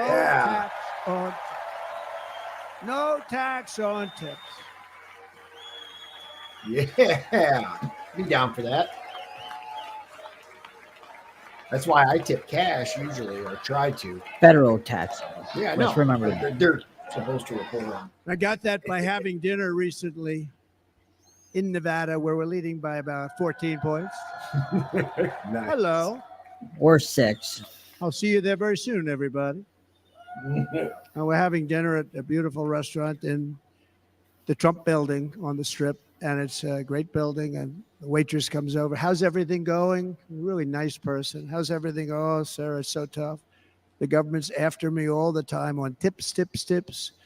I said, well, they give you cash. Would they be able to find him? She said, actually, and I didn't know this. She said, very little cash is given. It's all put right on the check. Nowadays. And they come in and they take so much of our money. It's just ridiculous. And they don't believe anything we say. And they've just hired, as you know, 88,000 agents to go after them even more. Yeah. Yep. And I said, this shows the level of my, most people go out, they hire consultants, they pay millions of dollars. But I said to her, let me just ask you a question. Would you be happy if you had no tax on tips? She said, what a great idea. I got my information from a very smart waitress. That's better than spending millions of dollars. True. That's right. There you And go. everybody loves it. Waitresses and caddies and drivers and everybody's a large group of people that are being really hurt badly. They make money, let them keep their money. Right. I'm going to protect Social Security and Medicare. Democrats are going to destroy Social Security and Medicare because all of these people, by the millions they're coming in, they're going to be on Social Security and Medicare and other things, and you're not able to afford it. They are destroying your Social Security and your Medicare Under my plan, incomes will skyrocket, inflation will vanish completely, jobs will come roaring back, and the middle class will prosper like never, ever before, and we're going to do it very rapidly. Fingers crossed, man. It all sounds great. But no hope or dream we have for America can succeed unless we stop the illegal immigrant invasion, the worst that's ever been seen anywhere in the world. There's never been an invasion like this anywhere. Third world countries would fight with sticks and stones not to let this happen. Yeah. The invasion at our southern border, we will stop it, and we will stop it quickly. You heard Tom Homan yesterday. Tom Homan, put him in charge and just sit back and watch. Yeah. Oh, I like that idea. Brandon Judd, the Border Patrol, he's incredible. These guys, they really, their job is a lot easier if they don't have to do anything, but they want to. They're patriots. Brandon Judd, Border Patrol, ICE. ICE goes out. You have to see what ICE does with MS-13. You have these are probably the worst gang, and ICE goes in there. And I know a lot of people in these rows here, and they're very tough people, but they don't want to do this job. They'll go into a pack of MS-13 killers. They're the worst, probably the worst gangs in the world. We have thousands of them. I moved thousands and thousands out in my 4 years. We moved them out, and it was a pleasure. But ICE would go right into a pack of these killers, and you see fists flying, you see everything flying, and then they take them. They put them in a paddy wagon. They take them back, and they get them out of our country. And the other countries weren't accepting them back. And I called up, and I said, tell them that we're not giving them economic aid anymore. And the next day, I got calls from all of these countries that were terminated. Yep. Billions of dollars we spend on economic aid to countries that does us, frankly, no good. And the next day, I was called by everybody. I couldn't take all the calls. Sir, what's the problem? I said, you won't take your killers back that you sent in caravans into America. You won't take them back. Well, sir, if you'd like us to, we would give very serious consideration to doing that. Yeah. And within 24 hours, they were being taken back for years and years. When I first came in, they said President Obama tried to get him to go back, and they wouldn't accept him. They'd put planes on the runway so you couldn't leave the plane. They'd close the road so you couldn't take the buses. They'd all have to turn back. As soon as I said no more economic aid of any kind to any country that does that, they called back and they said, sir, it would be our great honor to take MSC. Yeah. We love them very much. Yeah, I've heard that story. I've heard that story. Yeah. We love them very much, sir. We'll take them back. At the heart of the Republican platform is our pledge to end this border nightmare and fully restore the sacred and sovereign borders of the United States of America. And we're going to do that on day one.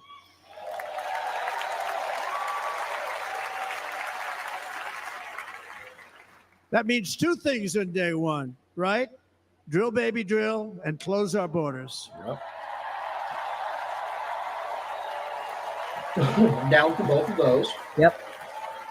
Secure our border. I don't know about And by the way, closing. and I think everybody as a Republican, as a patriot in this room, most Democrats, we want people to come into our country, but they have to come into our country legally. Yes. Legally. Legally. Less than 4 years ago, I handed this administration the strongest border in American history. But you can see on the chart that saved my life. That was the chart that saved my life. I said, look I'm so proud of it. I think it's one of the greatest. It was done by the Border Patrol. One of the greatest charts I've ever seen. It'd It be showed my favorite everything chart in just the like world that. after You that. know the chart.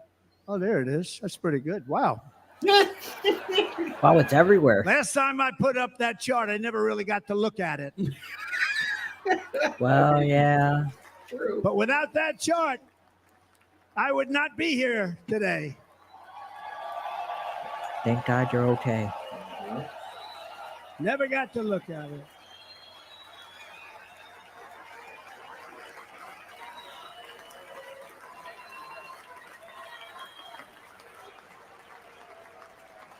I said, you got to see this chart. I was so proud of it. And by the time I got to there, I never got to see it that day.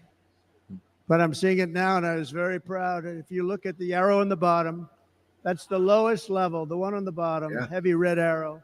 That's the lowest level of illegal immigrants ever to come into our country in recorded history, right there. Right there. Yep. And that was my last week in office. And then you see what happened after I left. Look at the rest. And if you go out a little bit further, it's getting to be a little bit old, but I love it anyway, right? Mm-hmm. But you can go much higher with those numbers. Look what happened right after that. The invasion began. We had the opposite. We stopped the invasion, but the invasion that we stopped was peanuts by comparison to what happened after I left. Look at what happened after I left. They took over our country. Yeah. We ended all catch and release.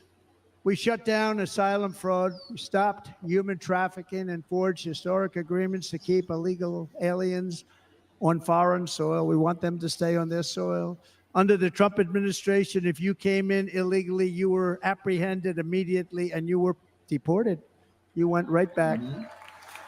The current administration terminated every single one of those great Trump policies that I put in place to seal the border. I wanted a sealed border. Again, come in, but come in legally. You know how unfair it is? So many people, hundreds of thousands of people, have been working for years to come into our country. And now they see these people pour into our country at levels that are unprecedented. It's so unfair. And we're not going to do it. We're not going to stand for it. They suspended wall construction, ended remain in Mexico. We had a policy, remain in Mexico. You think that was easy to get from the Mexican government? But I said, you must give it to us. If you don't give it to us, there will be repercussions. And they gave it to us, but not easy. Canceled our Safe Third agreements. Demolished Title 42, implemented nationwide catch and release. That's catch and release where we catch them and release them into our country. We catch them and release them into Mexico. There's a slight difference. And took 93, this is the previous administration, 93 executive actions to throw open our border to the world. The entire world is pouring into our country because of this very foolish administration. The greatest invasion in history is taking place right here in our country. They are coming in from every corner of the earth, not just from South America, but from Africa, Asia, the Middle East. They're coming from everywhere. They're coming at levels that we've never seen before. It is an invasion indeed, and this administration does absolutely nothing to stop them. They're coming from prisons. They're coming from jails. They're coming from mental institutions and insane asylums. The press is always on me because I say this. Has anyone seen Silence of the Lambs? Yeah. The late, great Hannibal Lecter. He'd love to have you for dinner. That's insane asylums. They're emptying out their insane asylums. Yep. And terrorists are coming in at numbers that we've never seen before. Bad things are going to happen. Meanwhile, our crime rate is going up while crime statistics all over the world are going down because they're taking their criminals and they're putting them into our country. A certain country, and I happen to like the president of that country very much, but he's been getting great publicity because he's a wonderful shepherd of the country. He says how well the country's doing because their crime rate is down. And he said he's training all of these rough people. They're rough. He's training them. And I've been reading about this for 2 years. I think, oh, that's wonderful. Let's take a look at it. But then I realized he's not training them. He's sending all of his criminals, his drug dealers, his people that are in jails, he's sending them all to the United States. And he's different in that he doesn't say that. He's trying to convince everybody what a wonderful job he does in running the country. Well, he doesn't do a wonderful job. And by the way, if I ran one of the countries, many countries from all over, I would be worse than any of them. I would have had the place totally emptied out already.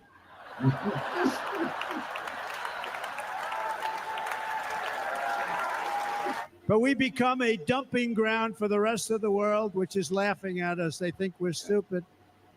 And they can't believe that they're getting away with what they're getting away with, but they're not going to be getting away with it for long. That's what I can tell you.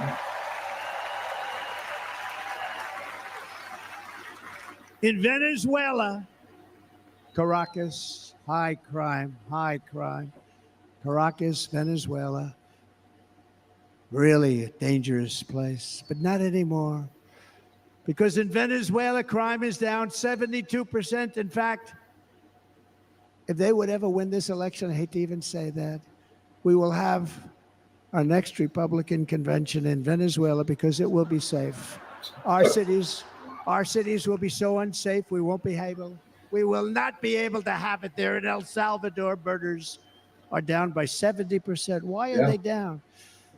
Now, he would have you convinced that because he's trained murderers to be wonderful people. No. They're down because they're sending their murderers to the United States of America. This is going to be very bad.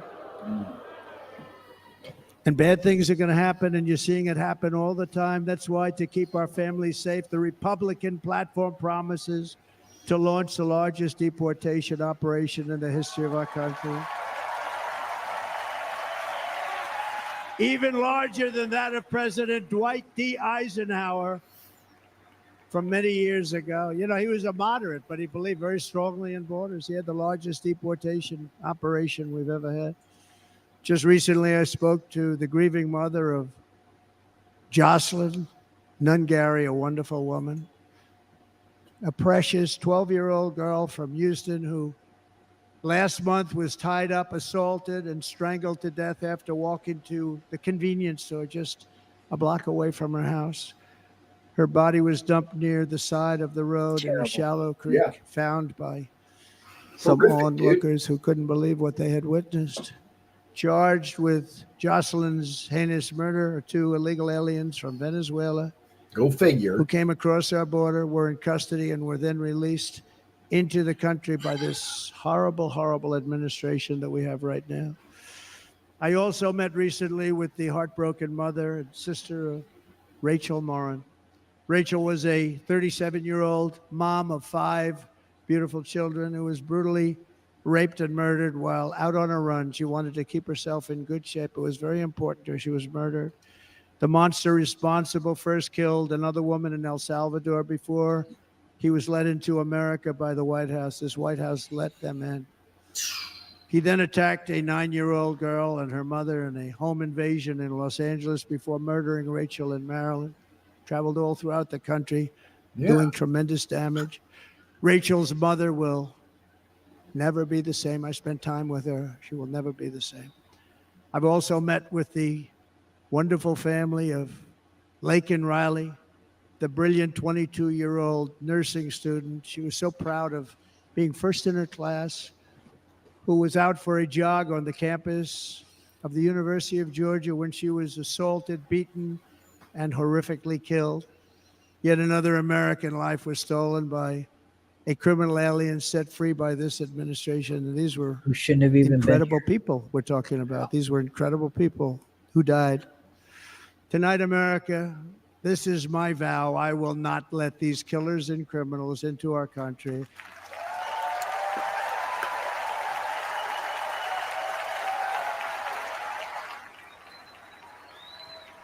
I will keep our sons and daughters safe. As we bring security to our streets, we will help bring stability to the world. I was the first president in modern times to start no new wars. You know, we were the toughest. We were the most respectful. Yep, that's true. And you saw this. Hungry, strong country, run by very powerful, tough leaders, tough guy. Press doesn't like him because he's tough. And he came out recently. They were asking him at an interview, the whole world is exploding. What's happening? What's going on? Viktor Orban, Prime Minister of Hungary, very tough man. He said, I don't want people coming into my country and blowing up our shopping centers and killing people. Yeah, imagine that. But they said to him, tell us what's going wrong, what's happening, what is it? He said, there's only one way you're going to solve it. You got to bring President Trump back to the United States because he kept everybody at bay. Yeah, he did. Mm-hmm. He used a word I wouldn't use because I can't use that word. Because you'd say it was braggadocious. The press would say he was a braggart. I'm not a braggart. Mm-hmm. But Viktor Orban said it. He said Russia was afraid of him. China was afraid of him. Everybody was afraid of him. Nothing was going to happen. The whole world was at peace. And now the world is blowing up around us. Yeah. All of these things that you read about were not going to happen. Under President Bush, Russia invaded Georgia. Yep. Under President Obama, Russia took Crimea. Under the current administration, Russia is after all of Ukraine. Under President Trump, Russia took nothing. True. Very true.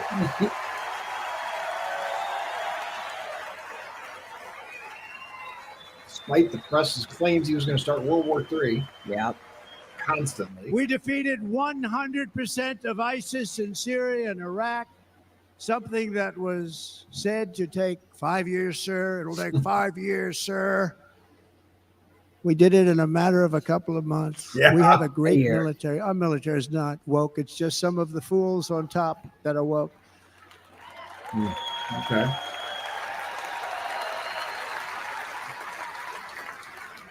Took out Bad I got Daddy. along very well. North Korea, Kim Jong-un, I got along very well with him. You did. The press hated when I said that. How could you get along with him? Well, you know, it's nice to get along with somebody who has a lot of nuclear weapons or otherwise, isn't it? We don't want to be nuked. See, in the old days, they'd say, that's a wonderful thing. Now they say, how could you possibly do that? But no, I got along with them, and we stopped the missile launches from North Korea. Now North Korea is acting up again, but when we get back, I get along with them. He'd like to see me back, too. I think he misses me, if you want to know the truth. Our opponents inherited a world at peace and turned it into a planet of war. We're in a planet of war. Look at that attack on Israel. Look at what's happening with Ukraine. The cities are just bombed out. How can people live like that where buildings, massive buildings, are falling to the ground? It began to unravel with the disastrous withdrawal from Afghanistan, the worst humiliation in the history of our country. We have never had a humiliation like that.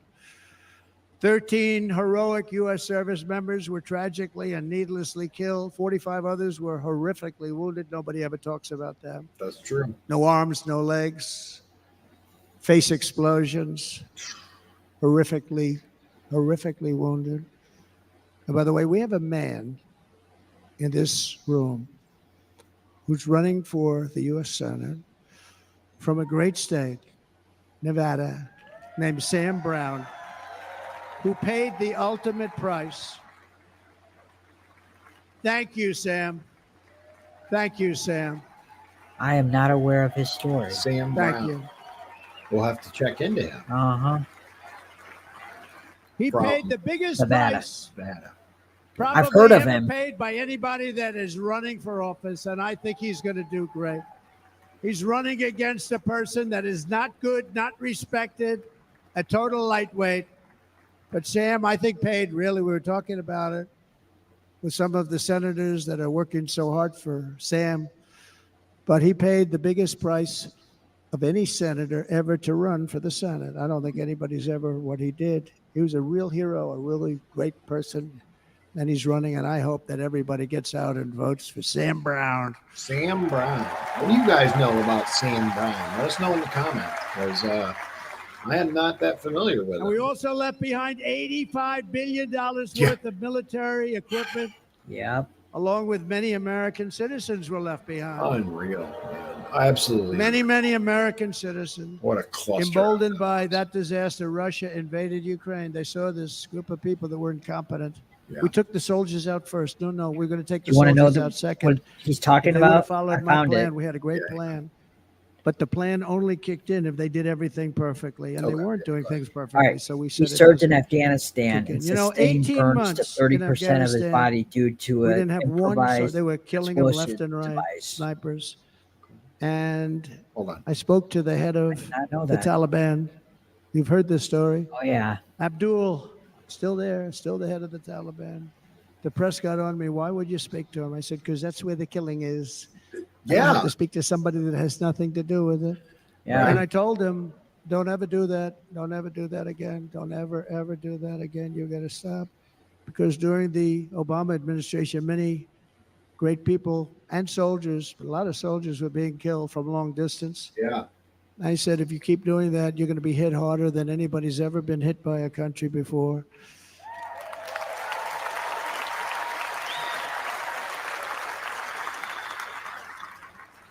Tell him, Trump. And he said, I understand, Your Excellency. He called me Your Excellency. I wonder if he calls the other guy Your Excellency. I doubt it. Probably not. The other guy gave him everything. I mean, what kind of a deal was that? He walked out, gave him everything.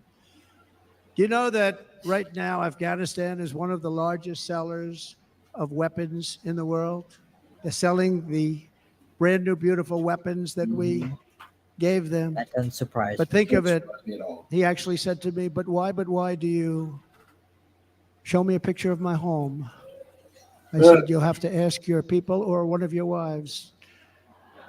But he could figure it out. And for 18 months, we had not one attack on an American soldier by the Taliban. That is absolutely true. Yeah. 18 months. They did not want to cross Trump. No. And then we had that horrible day where soldiers were killed. I was not there because of a ridiculous election. But we had that horrible attack. And they also gave up Bagram, one of the biggest bases anywhere in the world, air bases anywhere in the world, the longest runways, most powerful, hardened, thickened runways. We gave it up.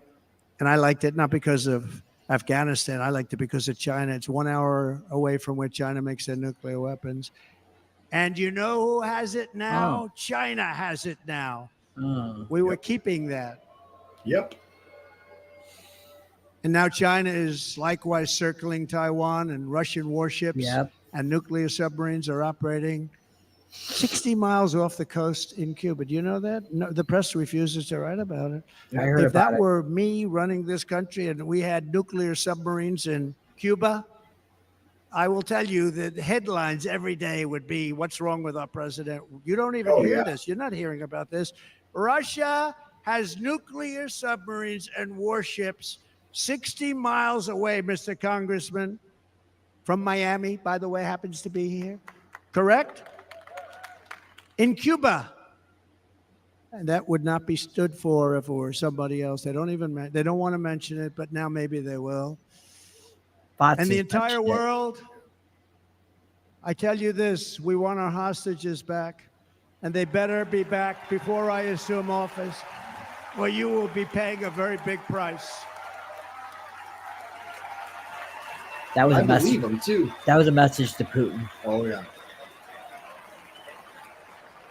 Why Putin? He has hostages? Oh yeah, the Wall Street Journal. But you think he was talking about that, or you think he was talking about Hamas? He could have been talking about Hamas The too. years of war, weakness, and chaos will be over. I don't have wars. I had no wars other than ISIS, which I defeated, but that was a war that was started. We had no wars. I could stop wars with a telephone call. That's true. I could stop wars with just a telephone call. He is an excellent negotiator. If properly stated, it would never start. We will replenish our military and build an Iron Dome missile defense system to ensure that no enemy can strike our homeland. Okay. And this great Iron Dome will be built entirely in the USA. We're going to build it That's gonna be a in the huge USA. dome. And Or a Wisconsin, huge country. Wisconsin, just like I gave you that massive ship contract, and you're doing a very nice job, Governor, right? Thank you, Governor. And they're doing a great job. In fact, I had a little design change, and we gave them a tremendous for essentially what we used to call destroyers. These are now the most beautiful. They look like yachts. I said, we have to take the bow and we have to make it a little nicer and a little point at the top instead of a flat nose. And the people at the shipyard said, this guy sort of knows what he's doing. We have the most beautiful ships, right, Governor? And everybody's sitting over there. Right. He had no It idea was a what big contract that everybody wanted. I gave it to Wisconsin, but we're going to have a lot of that built right here in the state of Wisconsin and all other states. Israel has an Iron Dome. They have a missile defense system. 342 missiles were shot into Israel, and only one got through a little bit. It was badly wounded. It fell to the ground, but most of them are And Ronald Reagan wanted this many years ago, but we really didn't have the technology many years ago. Remember, they called it Starship, spaceship, anything to mock him. But he was a very good president. Very, very good. DI. Yep. That's DI. I'm sorry. Strategic Defense Initiative. But now we have unbelievable technology. And why should other countries have this and we don't? No, we're going to build an iron dome over our country, and we're going to be sure that nothing can come and harm our people. And again, from an economic development standpoint, we're going to make it all right here. No more sending it out to other countries in order to help. It's Good. America first. Yes. America first. America. We will unleash the power of American innovation. And as we do, we will soon be on the verge of finding the cures to cancer, Alzheimer's disease, and many other diseases. We're going to get to the bottom of it. You remember this gentleman that I don't want to mention other than one time I had to, because when you say the 10 worst, I had to do it. I didn't want anybody to be confused. But this man said, we're going to find the cure to cancer. Nothing happened. We're going to get to the cure for cancer and Alzheimer's and so many other things. We're so close to doing something great. But we need a leader that will let it be done. We will not have men playing in women's sports. That will end immediately. Good. Okay.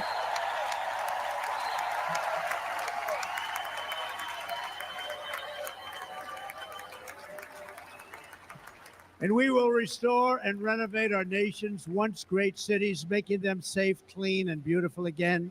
And that includes our nation's capital, which is a horrible killing field. So many things. They leave from Wisconsin. They go to look at the Washington Monument. They end up getting stabbed, killed, or shot.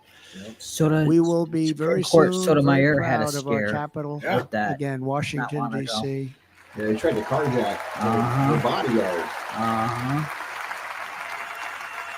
America is on the cusp of a new golden age, but we will have the courage to seize it. We're going to take it. We're going to make it a current. We're going to bring this into a golden age like never seen before. Remember this, China wants to do it. Japan wants to do it. All of these countries want to do it. We have to produce massive amounts of energy if we're going to produce the new.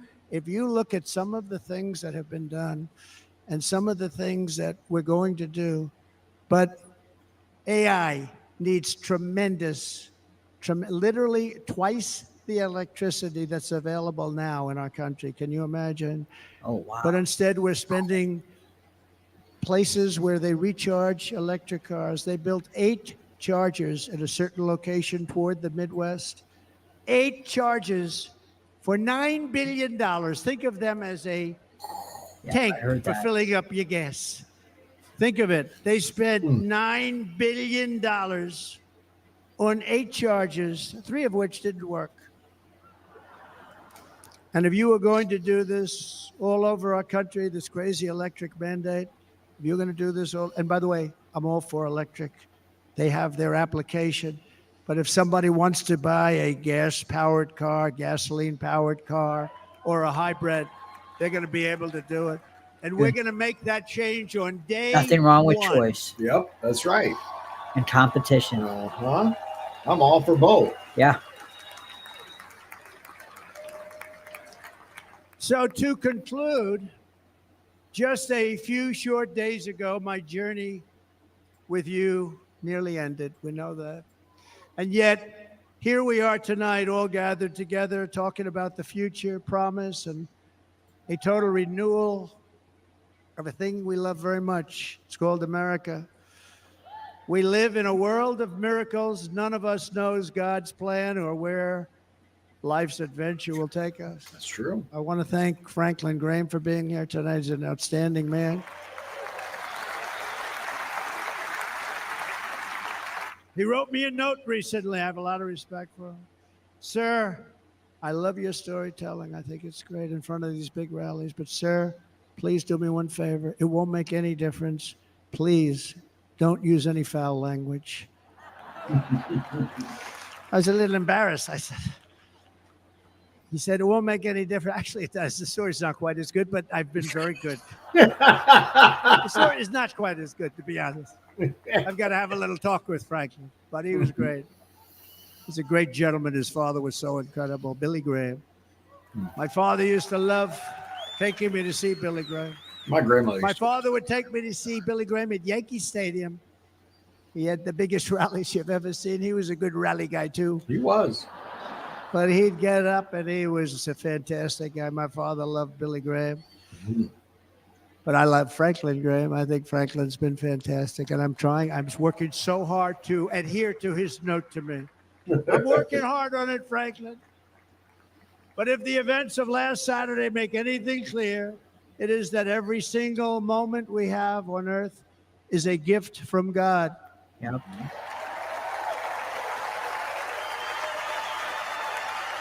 We have to make the most of every day for the people and for the country that we love. The attacker in Pennsylvania wanted to stop our movement, but the truth is the movement has never been about me. It has always been about you. It's your movement. It's the biggest movement in the history of our country by far. Can't be stopped. It can't be stopped. It has always been about the hardworking, patriotic citizens of America.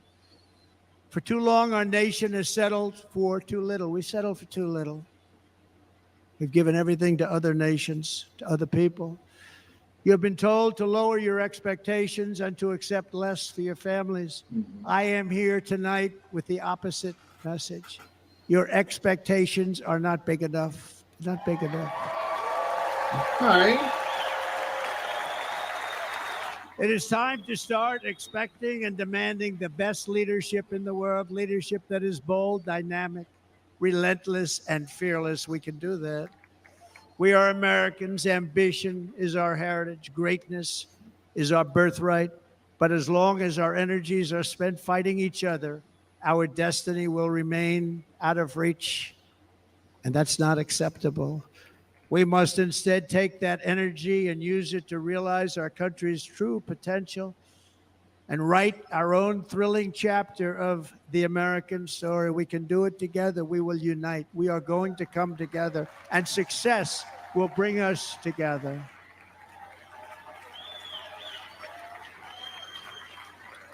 It is a story of love, sacrifice, and so many other things.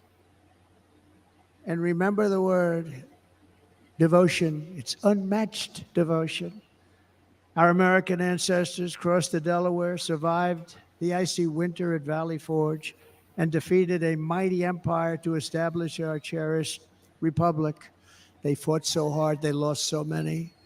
They pushed thousands and thousands of miles across a dangerous frontier, taming the wilderness to build a life and a magnificent home for their family.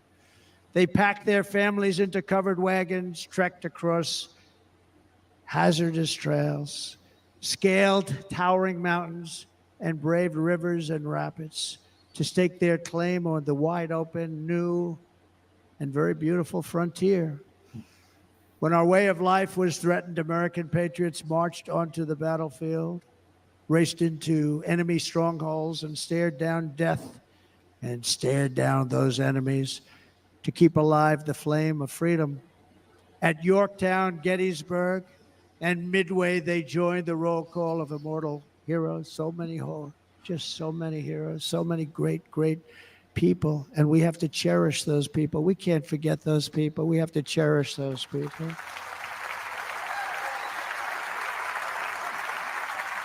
And building monuments to those great people is a good thing, not a bad thing. Right. Right? They saved our country. No challenge was too much. No hardship was too great. No enemy was too fierce. Together, these patriots soldiered on and endured, and they prevailed because they had faith in each other, faith in their country, and above all, they had faith in their God.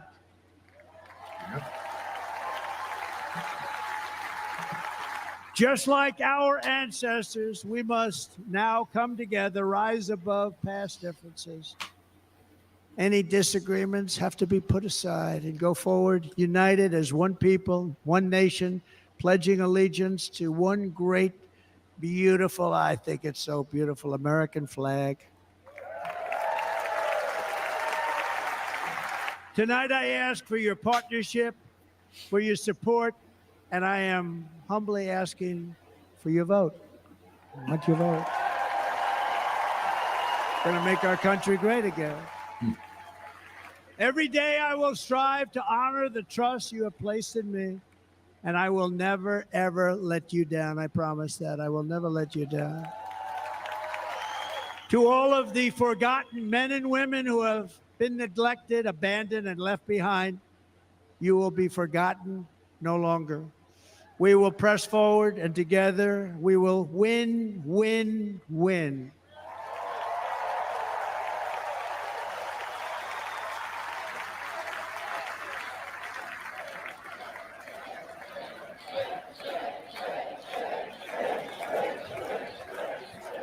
Win, win, win, win, win, win.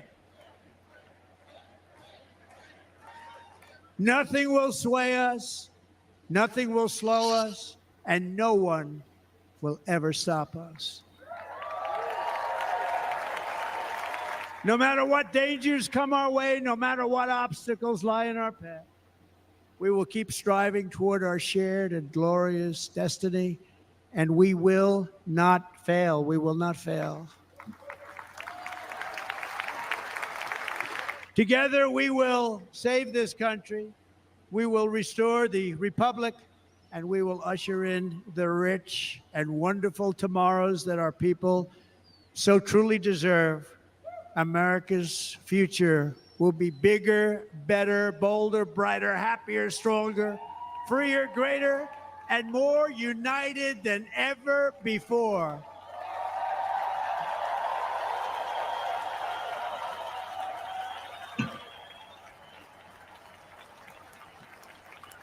Interesting, you mentioned fixing the republic. And quite simply put, we will very quickly make America great again. Thank you very much. Thank you very much, Wisconsin. God bless you. God bless you, Wisconsin, and God bless the United States of America, our great country. Thank you very much, everybody. Thank you. JD Vance is probably going to come to the stage. Usually the vice president joins the presidential nominee.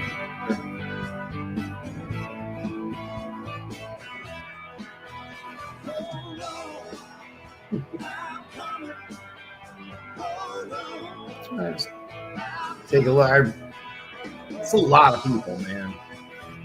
That is a lot of people. You know,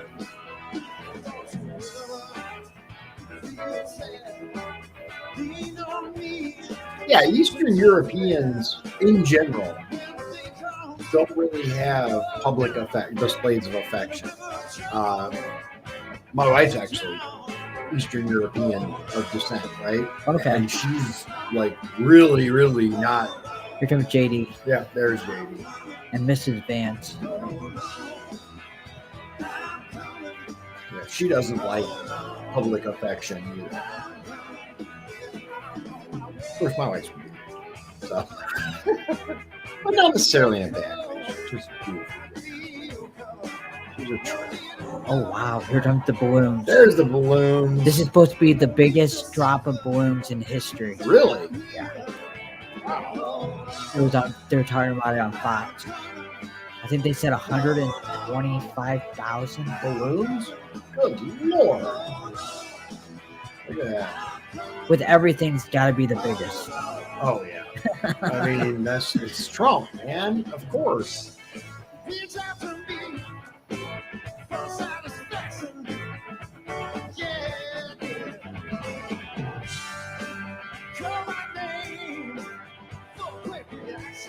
A lot of balloons. That is a lot of. I feel sorry for maintenance. Yeah, the people who have to pick those balloons up. Uh-huh. I'm sorry for you. Truly. Milana's supposed to hit the campaign trail, so it'll be. What's that? Melania Yeah. is supposed to hit the campaign trail Oh, too. she's going with Trump? Yeah, and I think she's going solo. I'm not sure if she's still. That was the plan a couple months ago. Interesting. Oh my God. Yeah, They're still dropping. Down just a little bit. There we go. Yeah, we've I mean, I've seen this process before. Okay.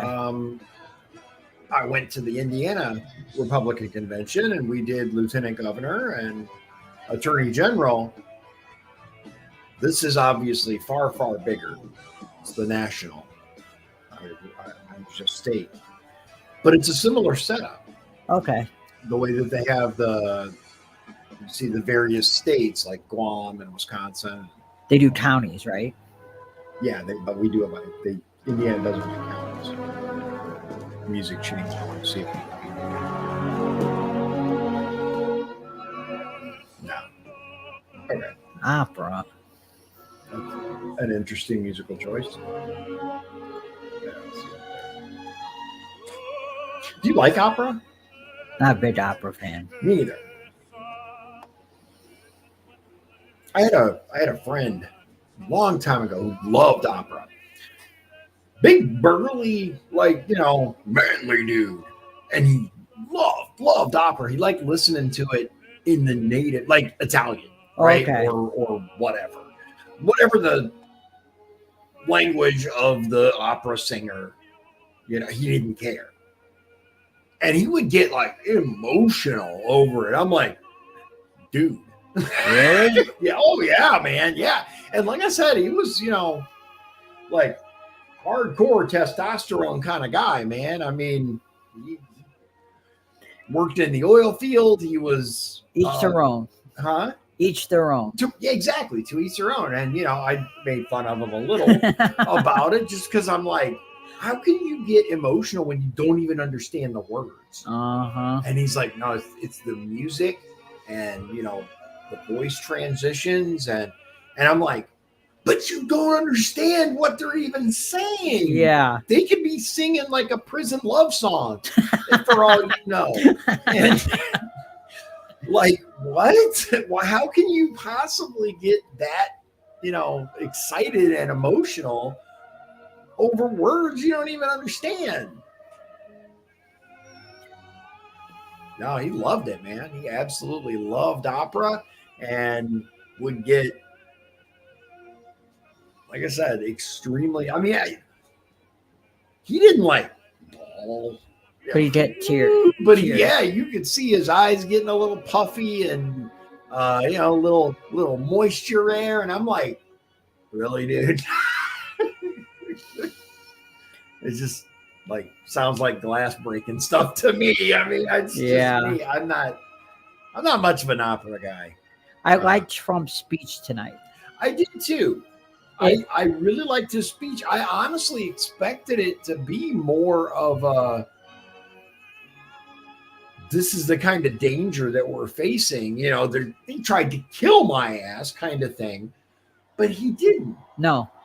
I liked how he told the story and then he said, we're in a bad spot right now, but look to the future and what I'm going to do for it and help America. Yeah. And it was a very, very positive message. And I kept thinking about how Biden and Trump are almost the exact same age. Yeah. And you look at Trump and you would not even guess that he's close to Biden's age. It's a massive difference between the two. It really, really is. It's crazy. He's in great shape for his age. Oh, he's in phenomenal shape for his age, especially compared to Resident Ice Cream. I mean, he's not only the sharp wit and the verbal judo that he's capable of, but also his. All right, I gotta.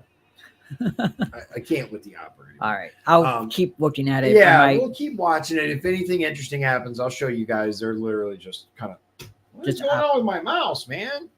There we go. They're just spinning the cameras around and watching the guy sing. We'll keep it on there if you want, but throwing the balloons in the air too. Yeah, which I would, man. All these balloons, I'm playing with them too. You know, speaking of, so my middle son Donovan, he loves like popping a balloon back and forth. Even now, he's 18. He's still, you get him around a balloon, he starts throwing it to me, expecting me to like pop it back at him. That's what we would be doing. Yeah, we would be boop, boop, boop, back and forth with the balloon because, you know, we're kind of dumb. And I think the media is going to spin this, that they're going to say this is just like a Trump rally. And they're going to try to say that he didn't have any substance. That's my guess. Is how they're going to spin it. Probably. Let's see how they do. I will say this. I was genuinely pleasantly surprised at the call for unity at the end. The saying, look, we got some hard times, right? This administration has created terrible times for most people. But we're going to overcome this. We're going to bring America back to what she is and what she should be. And we're going to do it together. I think he convinced, if they watched this, the one problem that I could see with this is the speech was a little bit too long. And I don't know how many people actually watched the speech, but those who watched it, probably Trump gained some people. All right.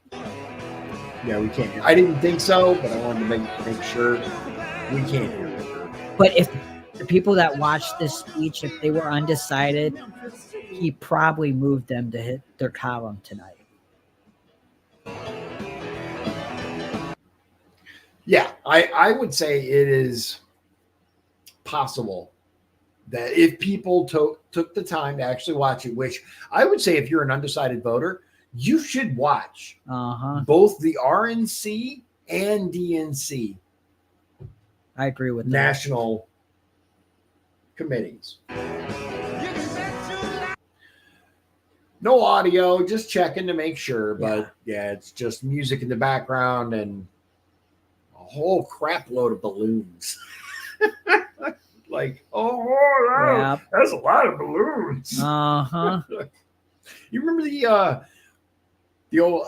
I don't think it was it might have been a Bugs Bunny cartoon because that's what keeps coming to mind. But the little you see these little triangular things? Yeah. Right. So in Indiana, it was the same thing, but it was the counties. Okay. Right. And when it's over, your county, the delegates, they all sign it, and then it goes back to the county headquarters. Oh, that's kind of cool. Yeah, we got all of them. We still have to, I guess, still got to get over there and sign it because at the end, we couldn't find a Sharpie. The person who was in charge of the Sharpie lost it. Sharpie babysitters. So is it alphabetical order? How do they do the seating arrangements? So, So like you'll have how that triangle is, that row is for that state or county, right? And then basically all the rows until the next state/county, right? So you sit anywhere in here.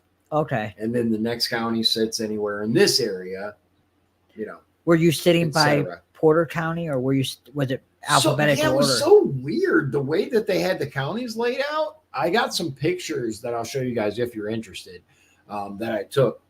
It wasn't like you would think that it would either be alphabetical or geographical to where the counties are right next to each other or in a line, right?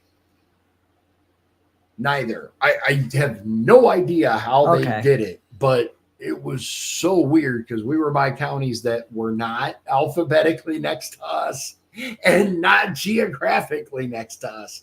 So I have no clue how they set it up, but ours went off fairly well without any real issues. Well, that's good. So yeah, this looks like it was extremely well orchestrated. Yeah. I will give them that. The whole thing, all things considered, went really, really well. Damn, girl got some nails. You see that? Holy crap, dude.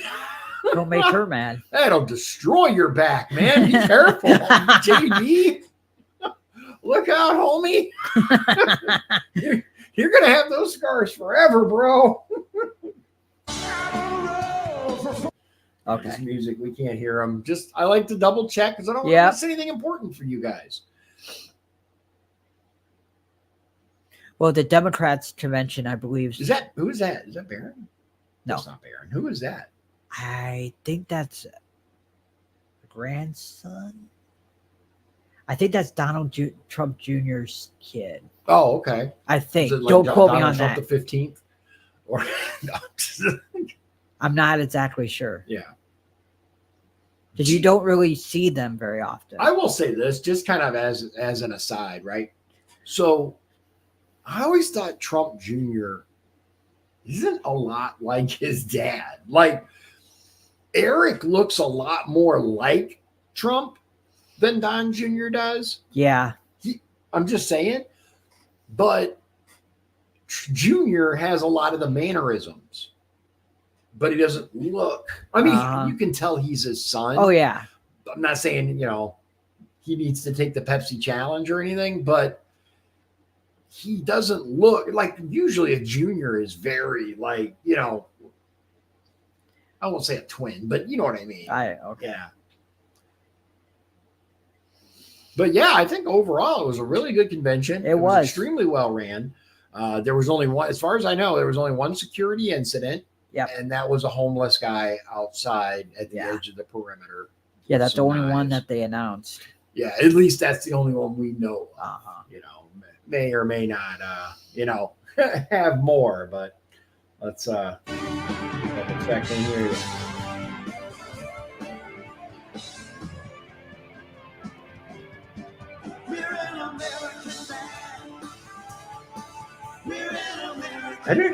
I keep looking for Barron. Yeah, I haven't seen seen Barron him on camera, dude. Yeah, is he not there? He might. I thought he was there. That's what I thought. I was actually I'll be honest, I was kind of expecting Barron to say something at some point. They were actually going to have him be in the Florida delegation, but then for some reason, I don't know why it didn't happen. Interesting. And I think he was going to be the one to put Trump over the top for delegates when they go around the states. Yeah, have him be that would have been a neat deciding vote. Yeah. That would have been a neat moment. Oh yeah, I'll say this: when I ran for office, my kids were so excited to go and vote for me. My eldest son, Orion, when he would go, so he's going to go to the voting booth, right? And he's telling us, he calls us up. He's like, "Hey, who do I vote for?" He's freshly, 18. And I was like, dude, I'm not telling you who you should vote for. If you don't know about someone, it's okay to leave it blank. You don't have to check every box when you go in and do your ballot. And he's like, well, yeah, I know, obviously I'm going to vote for you. He's really excited about that. And then when my wife ran for county council, commissioner, isn't it? She ran in the primary for commissioner, right? Okay, yeah. But she ran in the primary for county council and won, and then ran in the general for county council and barely missed it. But he was so excited to go and vote for her for that too. City council. I'm sorry, not county council. My wife ran for city council. She ran for county commissioner and then city council. She was the leading Republican for the city council, but no Republicans won. Michigan City went, no Republicans this year. It's a pretty blue city. It's extremely blue now, city. That's just how it is. Let's check in on the Trumpsters. See how we're doing here. What is that? Go home. I think that's what JD Vance is. Oh, you home? Let's go home. Yeah, maybe. It could be. I know I would be ready. I mean, I know I was ready to go home at the end of our convention. It was not nearly. Was it that one day? Oh, it was 2. It was, okay, yeah. The Friday. You go Friday, and then Friday night there's a big to-do, kind of like this, but it was more like a party. Right? Okay. You have a dance and a dinner and all that, right? And then the next day is this. You go in and you cast your vote and do all of that. I might run. What's that? I might run the next time. You should. For delegate. Yeah, we'll go down together. That was weird. Did you see that weird? I did. I don't know what that was.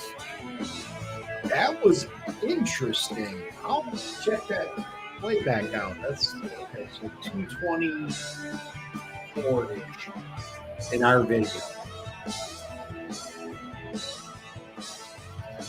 Interesting. Yeah.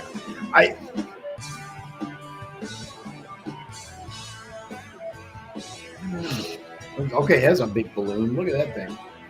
Yeah. Look at the size of that thing. Good Kimberly Lord. Guilfoyle. Yeah, I see Jared in the back lurking back Yeah, there, but I don't saw. see- I didn't expect to see that Ivanka and Jared. Yeah. I guess Ivanka has been doing a lot of breadcrumb drops on Instagram. Oh, okay. Is what my understanding is. I don't use IG. I don't either. I detest Instagram. Mainly, I used to use it for my campaign, but when the terms of service came out and basically they want to have ownership of your domain name, no, not this little white boy. So I said no. But my understanding, if you follow Ivanka Trump on Instagram, she drops some interesting tidbits that, Really? yeah, that I recently found out about that. So there we go. That's what I expected to see. Did you see the kid on the far left, the boy? He kicked that balloon and went, pew. There, see, that's what Donovan would do. That would be Donovan. You can only do that once. Yeah, that's amazing. Oh, I think it's the screens. Oh, that could be what it was. Okay. Yeah, because it was weird because it looked like they There was just a kind of glitch. stayed in place. It was some kind of glitch or something. That's where a glitch in the matrix, guys. Dun dun dun. I'll say this. I didn't see any. So one of the things that I was told is pay very close attention to Donald Trump's speech. There's going to be lots of comms, communications in it, right? And secret messages and coding and maybe there is, and I'm just too simple to figure it out. But it all seemed kind of vanilla. It did. I'm just saying, with the exception of the nod to fixing the republic. I heard that too. Yeah. Now that was interesting because, as you guys know, right now the republic is in deep, deep trouble. We have strayed so far away from the founder's vision.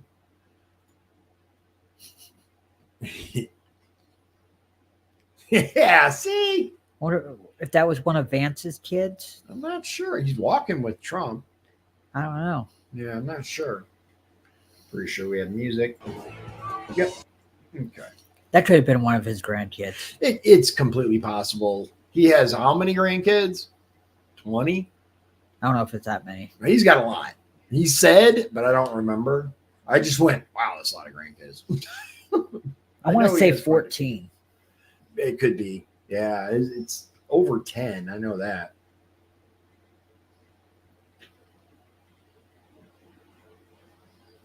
Yeah, it was the screens. It was just weird the way that it did that. It was very, very strange. Yep, I was right. 10. 10. It was 10. Okay, look at you. See? Shawn, that's why Shawn's the man. He's got the intel. He's got the info. He remembers all this stuff. Yeah. That's it, ladies and gentlemen. That is the end of the convention, the Republican National Convention that elects the nominee for president and vice president. And it's a done deal. Donald J. Trump has secured the nomination once again. And Biden, we think Biden's going to have his convention and he'll accept it in like 3 or 4 weeks. Yeah, which, you know what? Normally, I'm going to say this. Normally, I have no interest whatsoever in watching anything the Democrats do. I just don't. However, I think it's a good idea for all of us to pay very close attention to what they're doing. I really, really do. Must be a nerd because I always watch it. Yeah, here's the thing, right? I'm one of those people that is like, okay, yeah, let's watch the clips afterwards, right? I will watch the clips. So, especially if they're entertaining. Oh, wait, hold on. All right, they're closing they're the closing convention. it out. Here we go. Oh, I forgot. Yeah, and now, to deliver this evening's benediction, please welcome Dr. Mario Dickens from Milwaukee.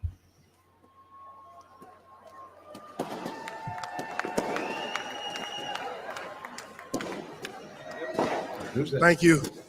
Thank you, Mr. Chairman. Missed it.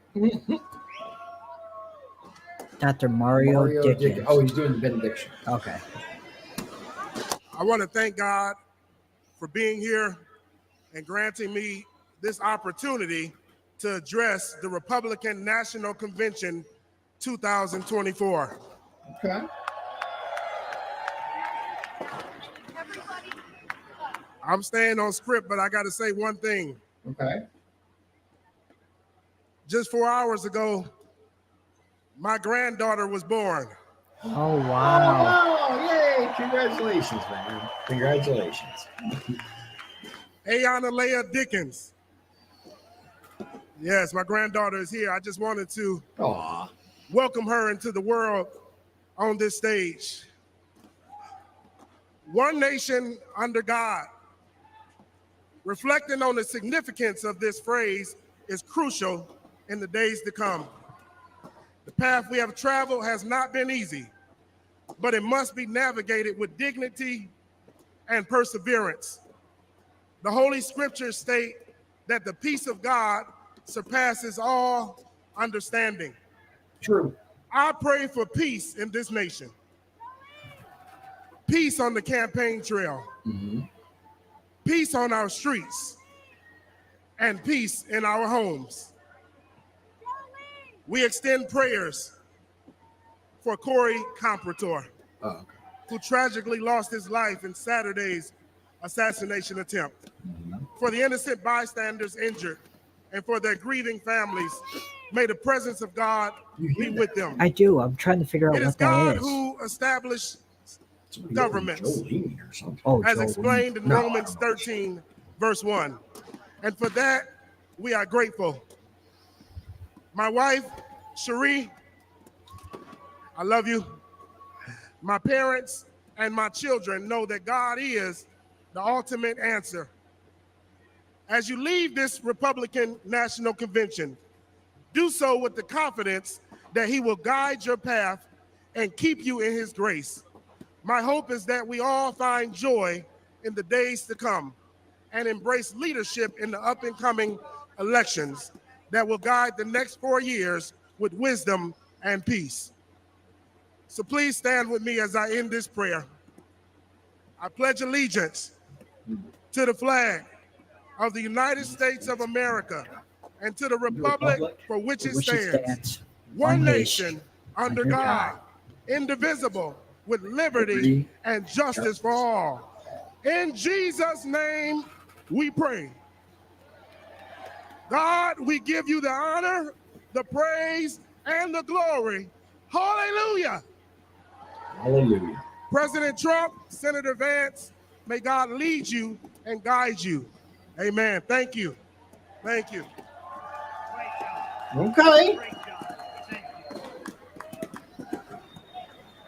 The chair now recognizes the delegate from the state of Wisconsin for the purpose of making a motion. Chairman Mike Wadley, Oh, wow. thank you so much for bringing this convention to the greatest state in America, Wisconsin, a great city of Milwaukee. It's been a great convention. I, Tommy Thompson, former governor of Wisconsin, along with my good friend, Governor Scott Walker, and our chairman, want to say, Chairman Brian Shimmy, the whole Republican delegation at this particular time wants to adjourn sine die the 2024 convention. Thank you, all of you, for coming. Drive safely home.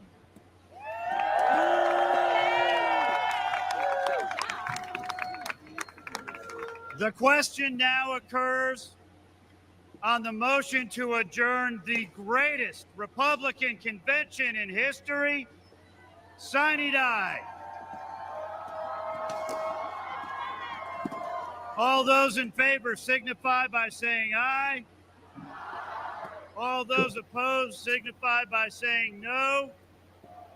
In the opinion of the chair, the ayes have it. Accordingly, the 2024 Republican National Convention stands adjourned. Sine die. What does that mean? Sine die. Sine die? S-I-N-E. Sounds Latin. I don't know. Maybe goodbye. Sine die. Yeah, S-I-N-E. Let's see. You look it up? Yeah, S-I-N-E. Yep. And then I think it's a space and then D-A-I, I believe. Yep. And there we go. All right. No definite date or period to resume. So basically saying we're done. It's over. Right. Yep. No definite date or period to resume. So that's it. That's all she wrote. And they do that because every convention is an individual process. Yep. The people who attend the convention are elected. The delegates, the chairman, et cetera, are all elected for that convention only. They don't carry over from year to year. So that is it, ladies and gentlemen. That was the 2024 Republican Convention, or at least the last part of it, with Donald J. Trump giving his speech. And it was a good speech. It was a good speech. It wasn't quite as powerful as some of his other speeches. Like, for example, the State of the Union. Oh my God, that was phenomenal. Oh yeah, I remember that. That one was incredible. The one that Pelosi ripped up. I remember that. Holy crap, man. That was amazing. But yeah. So that's it. I think it went well.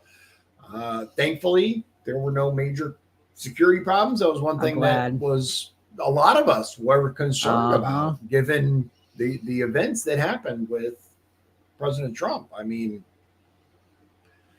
but luckily, nothing materialized. And so we had a fairly event-free convention.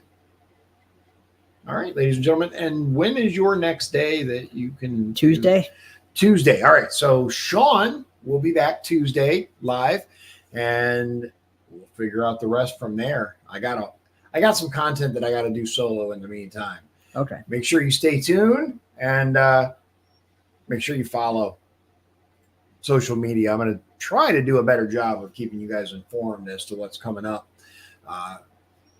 Just so you know, what's going on is the wife, a person in her family passed away, and so she has to go to the funeral there. We've been dealing with that and trying to get stuff sorted, so the channel has kind of suffered a little bit, but I'm going to do my best to rectify that. And yeah, so she's going to be gone for a few days, so it's time to party. If you guys, no, I'm kidding. I'm kidding. My partying days are pretty over, man. I go to I'll go to the club, not club. I'll go to the bar, like my buddy's club, my motorcycle club. They have a bar, and so I go there occasionally, have a drink. But my days of passing out on the floor and waking up in someone else's house in someone else's clothes are long gone. You ever had that? I have not. No. Did you ever got like falling down stupid drunk? Yeah, I have. Okay, I'm just checking. I think it's a rite of passage for men. There's a point that you have to get so like pretty much as close to alcohol. And this is not advice. Don't do this, but you basically get as close to alcohol poisoning as you can without actually getting alcohol poisoning. It's kind of a rite of passage. It's just one of those. Yeah, my days of partying are over too. Yeah, I'm too old for that stuff, man. Like I used to make fun of people because they went to bed at like 9, 10 o'clock at night, and I'm sitting there watching TV, and I'm like, I get it now. I get why my mom used to fall asleep in her chair watching TV. Yeah, you put on like one of those crime shows. Oh my God, the monotonous, like Forensic Files. That for some reason that dude's voice is like level, and it'll knock me right out. My mother-in-law likes watching those crime shows, and she'll she snores like so loud, dude. Oh my God! And unfortunately, that gene did not skip a generation. So yeah. But I promised her that I wouldn't publish any of the times that I've filmed her snoring. So I would never do that. You guys would never find my body. So, all right, ladies and gentlemen, I truly do appreciate you spending your time with us. We got some interesting stuff coming up. Stay tuned. Make sure you follow us on social media. And Shawn will see us again on Tuesday. And you will. I don't know. That was a weird noise. That really was. Yeah. I think it might be a cat. The cats have started figuring out that if they jump for the doorknob, because the way that our doorknobs are, it has the lever basically. So a couple of them have figured out if they jump up and like grab the doorknob, the door will open. Oh my God. They might not have thumbs, but they are something else. They really are. All right, ladies and gentlemen, I appreciate your time. We'll see you again very, very soon. I know this was kind of long, but I think it was necessary. And I would urge, seriously, like, I don't want to watch 4 nights of DNC. Like, I don't. But we're going to do our best to at least present the important aspects of it, I think. Okay. Down for that? Yeah. Okay. Because I'll gouge my eyes out with a spoon. I'll probably watch it. You said you're probably going to watch it anyway. So, yeah, if we could kind of break that down and pick out the important bits, like when they really go nuts, that would be nice because I don't want to have to watch, 36 hours of stupidity just to get to the, 15 minutes of, it's just me. All right. Have a good night, ladies and gentlemen. God bless you. God bless Indiana. God bless the United States of America. And God bless President Trump. And I guess J.D. Vance. No, God bless him too. I'm just kidding. Hope you have a great evening. We will see you again very, very soon. Good night. If you'd like to support the show, please visit our Patreon at patreon.com/Dion's Daily Dose. This has been Dion's Daily Dose, hosted by Dion Bergeron. Executive producers, Shawn Holmgren and Michael Beebe. Copyright 2024. Dion's Daily Dose, all rights reserved.